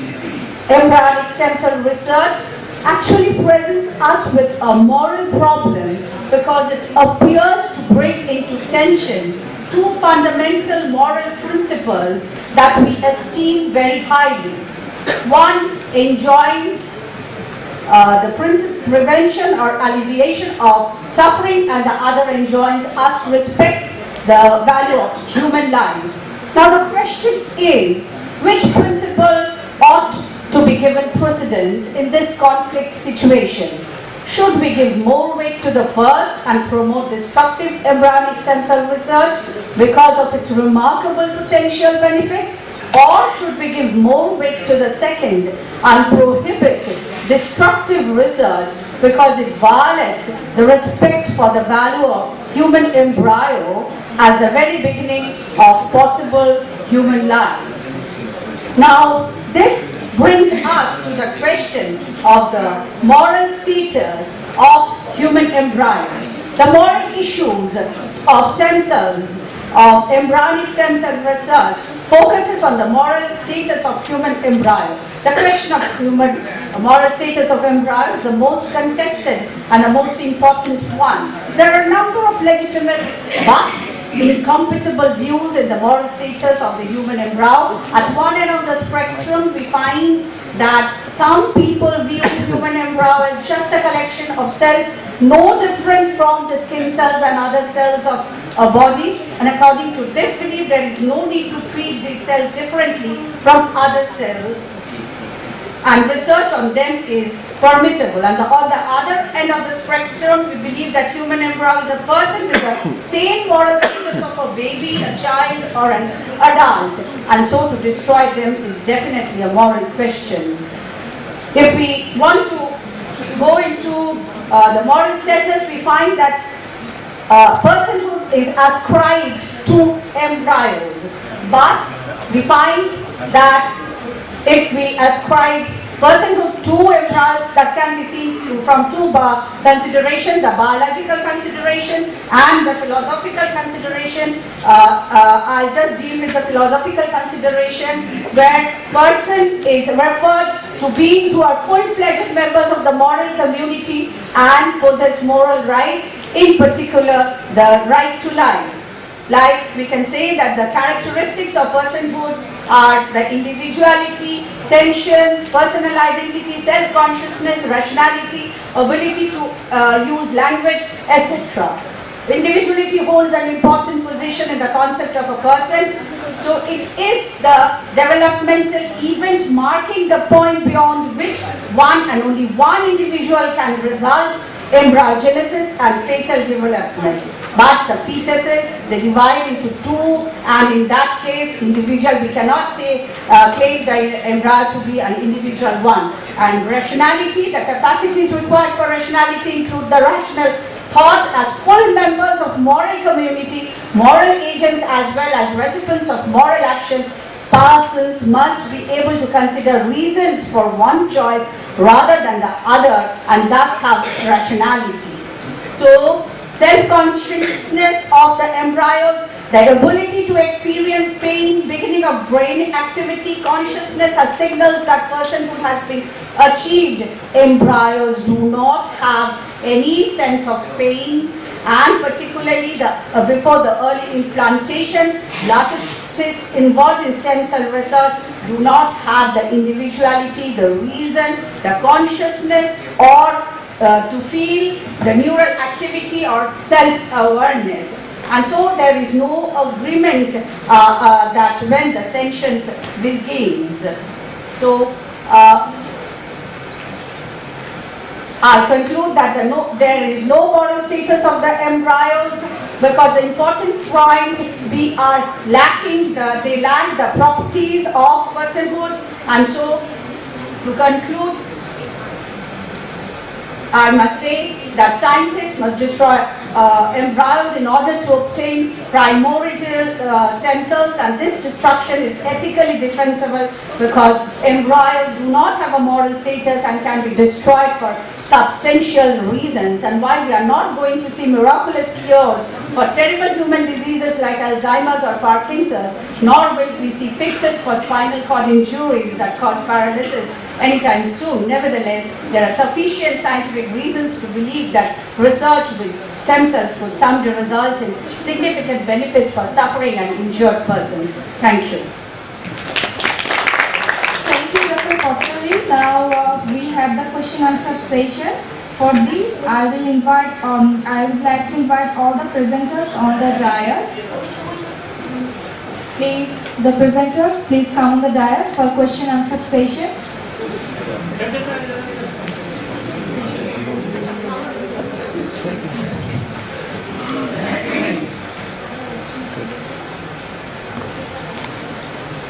The chairs should be. Please, one by one, Professor Anki. Okay. Professor Toslimuddin, I request to come Professor Toslimuddin for this session also. Okay, no problem. My voice is okay. Oh, yes. My question is the source of the stem cell. The woman who has manufactured the stem cells, or also called the donor, the stem cell donor in the scientific world, what is the benefit sharing agreement? What you're developing from stem cells is highly expensive drugs which no one can access until the golden rich and top 5% of the people and medical tourists. That's why sometimes organ transplants are sold. That's when you sell your kidney to go for study or whatever, and who gets it is the rich. So I want to know the benefit sharing agreement among the donor of the stem cells. Thanks. Okay, I'll answer. So, depending on the country's rule, like donors, you have to take an informed consent, and also there is a provision for for participation. Ethics committee will calculate it, how much will be. the amount. Is this ethical because you're picking it from someone who cannot afford treatment from the cells you are picking it? So a woman's social status who gives you the cell may in future cannot access the medicine from which her cell was produced. So basically if you say that if you submit a proposal, it will be considered unethical. The reason behind, I'll tell you the reason, because there are many claims has been made. I'll not name the countries where they do practice in terms of stem cells because it is not an established therapy. Okay? So single injection, I know that they are charging 3 lakh rupees. So there are a lot of people without having established, this are not, efficacy and safety is not been proven. Okay? But still it is continuing somehow. So I will consider this an unethical practice, and of course some particular 1 or 2 diseases, like I know diabetes mellitus, where they have transplanted stem cell into the portal gland. So there it's proven to be some efficacy. Like when I long time back in 2005 used to work on Burgess disease. You know the Burgess disease, people cannot work for certain period because of ischemia. So we had a plan for a stem cell. That what we did is we put GCSF, we collect and we put in the gastrocnemius muscles. So when we do that, we could find that there is an improvement for a 6 month, but again it came back to the baseline. So it is that somebody is claiming that it is a cure. It's not cure, it's only suppressive, or maybe for certain period it give an improvement. There are a lot of cases you can see that people put in internet that there is a breakthrough the therapy for stem cell for a spinal. So that basically when you go into the case, you can see this is only they have done a decompression. Means there is a pressure over the spinal cord and they have done a decompression and there is a some improvement was there. So these are exaggerated claim that itself is an unethical practice. Sir, I'd like to know whether in case of a placebo trial, the compensation is similar to the actual trial or not. In case of a placebo control trial, basically you have to justify it, because whenever you use placebo, you need to justify it. Can you use placebo in clinical trial? There are certain clinical trials where you need a placebo. Placebo means in psychiatric trial where it is recommended. It is also recommended by World Medical Association and any of the regulatory authority. So in case of a placebo control, basically you need to answer in ethics committee or any times you discuss, is it justified? Okay, so when you think that somebody wanted to use placebo control trial devoid of standard therapy, automatically it becomes an unethical practice. Okay, you cannot allow that placebo will be used and standard therapy will not be used. But if you make a protocol that I will use placebo, okay, and we will have a double dummy technique, means standard therapy also, placebo also there, and comparator and placebo also there. Then it is allowed, double dummy technique. Now your question is, in case of a placebo, are you fit for compensation? Yeah. So this is one question that whenever we talk about drug-related injury, many times we miss that it is because of excipient also. I'll give you an example. There's a case of amlodipine where we could not find any reason that everybody take amlodipine for hypertension, and that participant was exposed to amlodipine. Then later on we could find that it was not because of amlodipine, it was because of bicerate, that excipient. Okay, so in that case, because placebo, whenever there is an adverse effect, there is also called term called nocebo. Okay, so that situation that because you consider basically compensation is given because of drug-related injury or death, or is it because of the during the clinical trial procedure? So they are also there fit for clinical trial. So in that situation, that if there is a relatedness during the clinical trial, then you give a benefit to the patient. We recommend for compensation. Sir, I have one more question. Suppose the sponsor wants to know from the subject, wants to share the subject's information. That means there is no confidentiality. In that case, how do I maintain the informed consent? See, informed consent, when you take that, you have a written informed consent where there are 2 parts. One is patient information sheet and an informed consent. So whenever you take an informed consent, you give a copy to the patient also. Okay. Now, as per the rule, GCP rule, that you are not going to disclose any information other than who are not in a part. So investigator, you have a informed information, ethics committee, you can give the information, head of the institute, you can give the information, and the sponsor as well as to the regulator. But I have knowledge from Catholic School of Tropical Medicine, where blood samples have been given for TB treatments experiments, then they have shared it for other viral diseases to another institute. No, it cannot be given. It is a confidential information. Even people who ask the question, is it accessible to RTI? Right? It is not. It is not. It is a confidential information. It is only go to the stakeholders, on the regulator, sponsor, investigator, and ethics committee. So, thank you. If we want to know more, then we can talk with them. I should add about the confidentiality. All the documents related to the patient should be kept by the PI under lock and key, and all the stakeholders should keep it confidential. Okay? Professor Shankar, we have a shortage of time. Please, I have a question in point of order. Yes, I will give you. Okay. Please, last turn. Okay. Very nice. Presenter has have a very nice presentation. Thank you for your presentation. I have question to Dr. Vikash. He talked about the adverse effect of the clinical trial, but you have shown a slide that all the research ethics committee should be under any organization. Yeah, you have seen. Yeah. You have seen that. I have seen. What about the private run research ethics committee? And okay. So your question is that what I said is in India, that the Institute Ethics Committee must register in DCGI office, Drug Controller General of Office, in order to get a legality so that they can give permission for regulatory clinical trial. And what are the regulatory clinical trial? This is phase 0 trial, phase 1 trial, phase 3, phase 4. Okay. So for that, there is a registration number. Now from September onward, it is because when we notify, there are 1200 ethics committee all over India, they apply, and 800 got a registration number. And this registration was given for 3 years, provided there will be surveillance inspection by drug regulatory authority, and if they fulfill all the same standard and 49 elements, they will be renewed for this. Now from this September, because we have a new drug rule which is released on 19 March 2019, and there was a chapter 4 for biomedical research. They said that it will be activated after 180 days. This 180 days came on 14 September. So 12 September they have notified that portal will be activated by Department of Health Research, DHR, and all the ethics committee in India need to be registered in DHR for any biomedical research. Forget about regulatory. For all the studies there is a regulation. So that is the legal angle that even if you do a clinical research, not regulatory clinical trial, still you have to register ethics committee. Okay, thank you. Please. I have a similar question, but I have a more specific, like placebo adverse effects.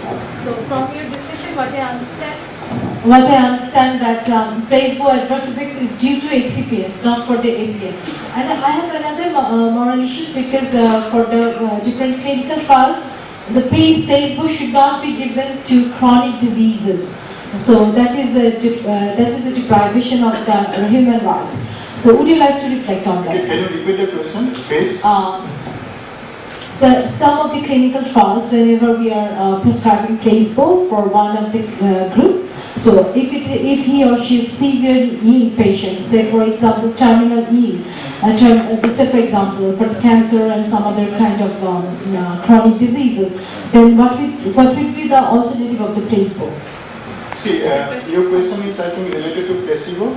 So in case of a placebo, why do you want to use placebo? Because you want to see that you want to establish your new chemical entity, at least it's better than placebo. That is a question. But here, in case of ethical angle, you know that if there is a standard therapy is available, so you are not going to use a placebo. But what I said to her that you use a double dummy type thing. That means you incorporate placebo and as well as comparator. Now when you do not have a standard therapy, what do? You compare with historical control. Okay? Historical. Placebo, as per clinical trial rule, there is a system that you can use placebo provided you have a justification why you are using placebo. Okay? So that is there. That is there. You can use. In some of the hospitals in India, I have seen that embryos are there for 3 months, 6 months, or maybe for 9 months. And then they are taken and given to doctors, where they are giving it in the uterus. but that is not good. That is happening in India, that is what I am saying. No, now it is being regulated. All this study need to be registered in CTRI, Clinical Trial Registry of India, and there is an inspection process. Like you say, vaccine. For regulated, every 3 months they have to go for a vaccine. For all the new product also they have to go for an inspection program. So we have started the inspection program since 2008. Now everything is regulated. Okay, thank you. Last one. That is last.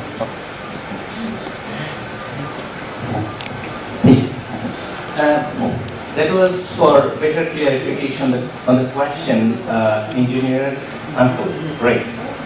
She was asking actually if stem cells are taken from a particular individual and a medicine is developed, then she or he should have access to the medicine that is developed out of his contribution. So the question is, it is not that the process is wrong perhaps, unethical. The question is the distribution of outcome of the process. That is what is mentioned by Karl Marx. That is alienation of the worker from their products, from their works. So it is not only a medical issue or a decision taken by the doctors themselves. It is a question relating to the whole system under which we are running our all other activities. So I think the answer to these questions actually involves sort of systems that is dominant now, that is the capitalism. I think outcome of works and its distribution among the participants is an important issue. So who is contributing to develop medicine from stem cell? They should have access to the medicine that they have contributed to developing that. So that was the question. So I think we guys should raise question that is relating to political issues and world order.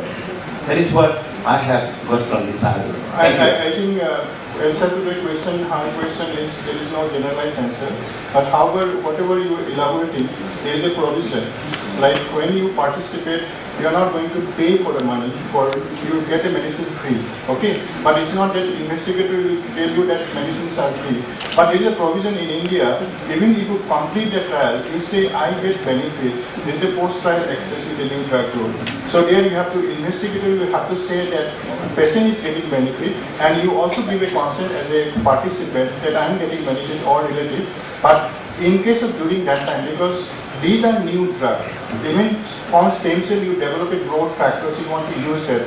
So you do not know how the drug is going to behave if you go beyond 6 months. I said you have to look up to chronic toxicity. But it depends on how the benefit of your that is what the monitoring mechanism among the states. No, when you do not know about the drug, and there is a monitoring mechanism by investigators. That we continuously monitor the patient. I think we can discuss it later. Okay, thank you. I had another question, but I will ask you later on. That is on the embryo. Okay, I'll ask you.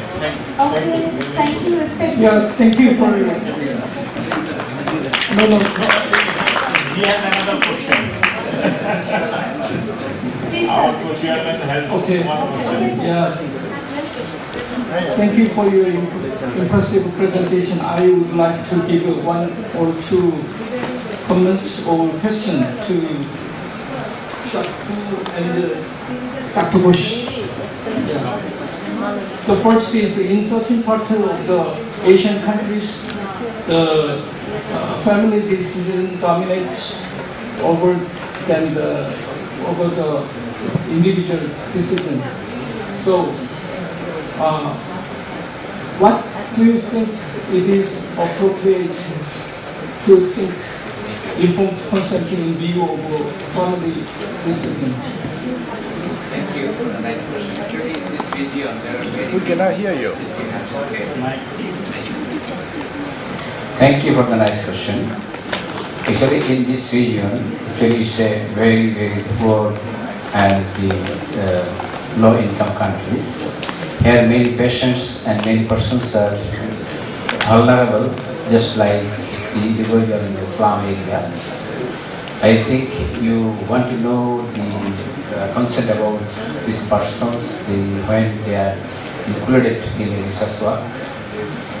In that case, any investigator wants to do research with this type of people, this investigator should have take informed consent from the vulnerable person in presence of their representative.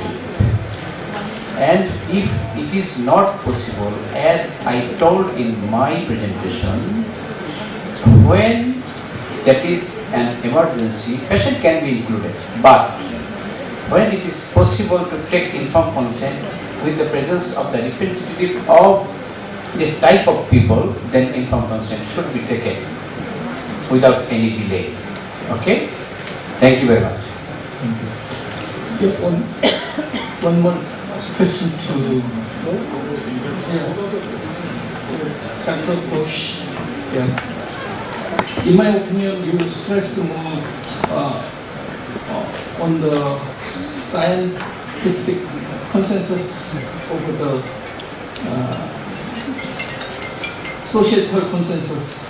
So the major problem is that the key decision about whether early embryo experimentation is appropriate is in the hand of the scientists rather than general public.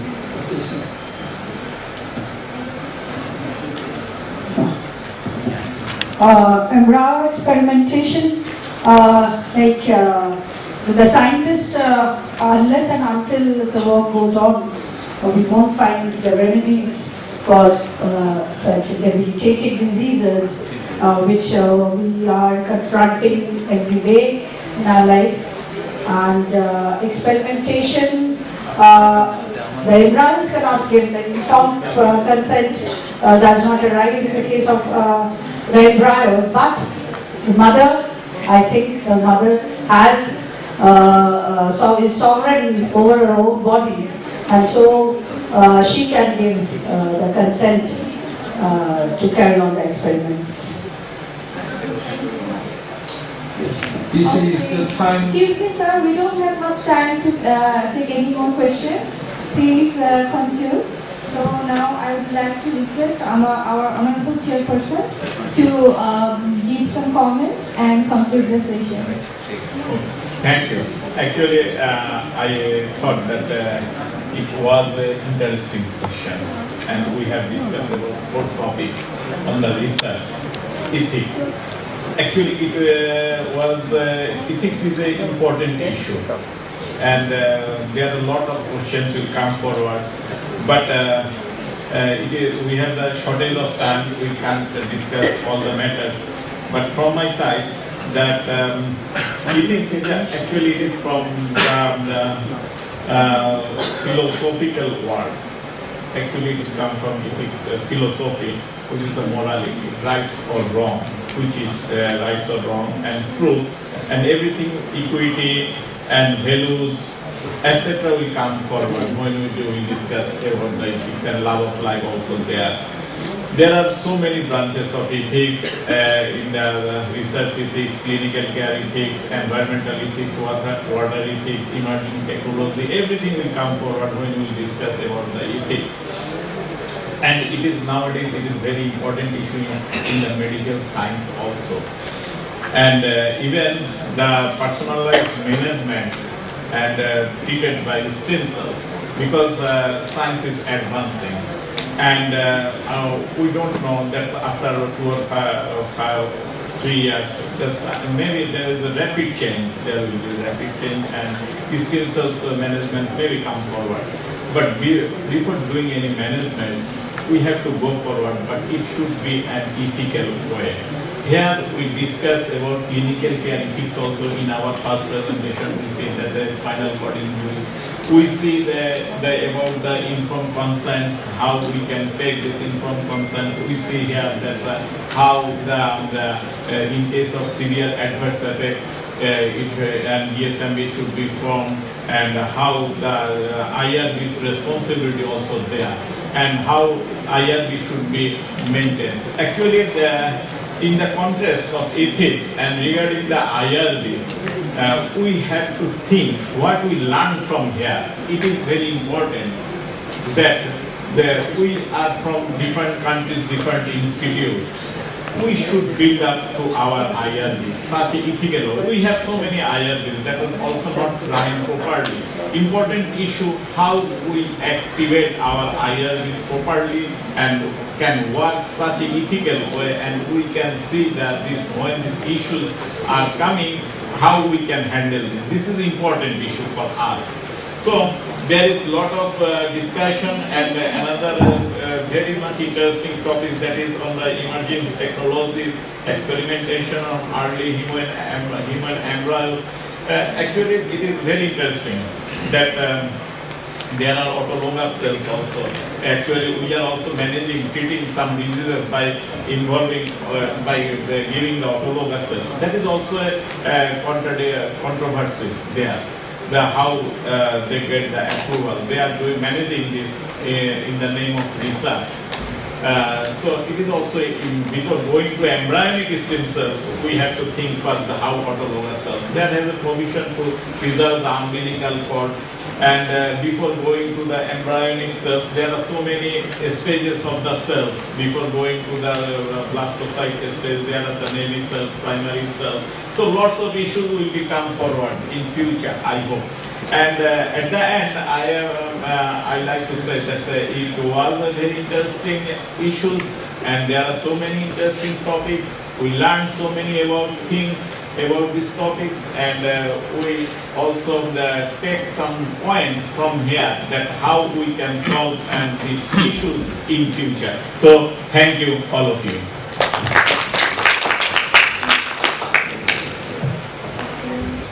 I request our co-chair to give some comments. Dr. Bang Hong-chun, please make some comments.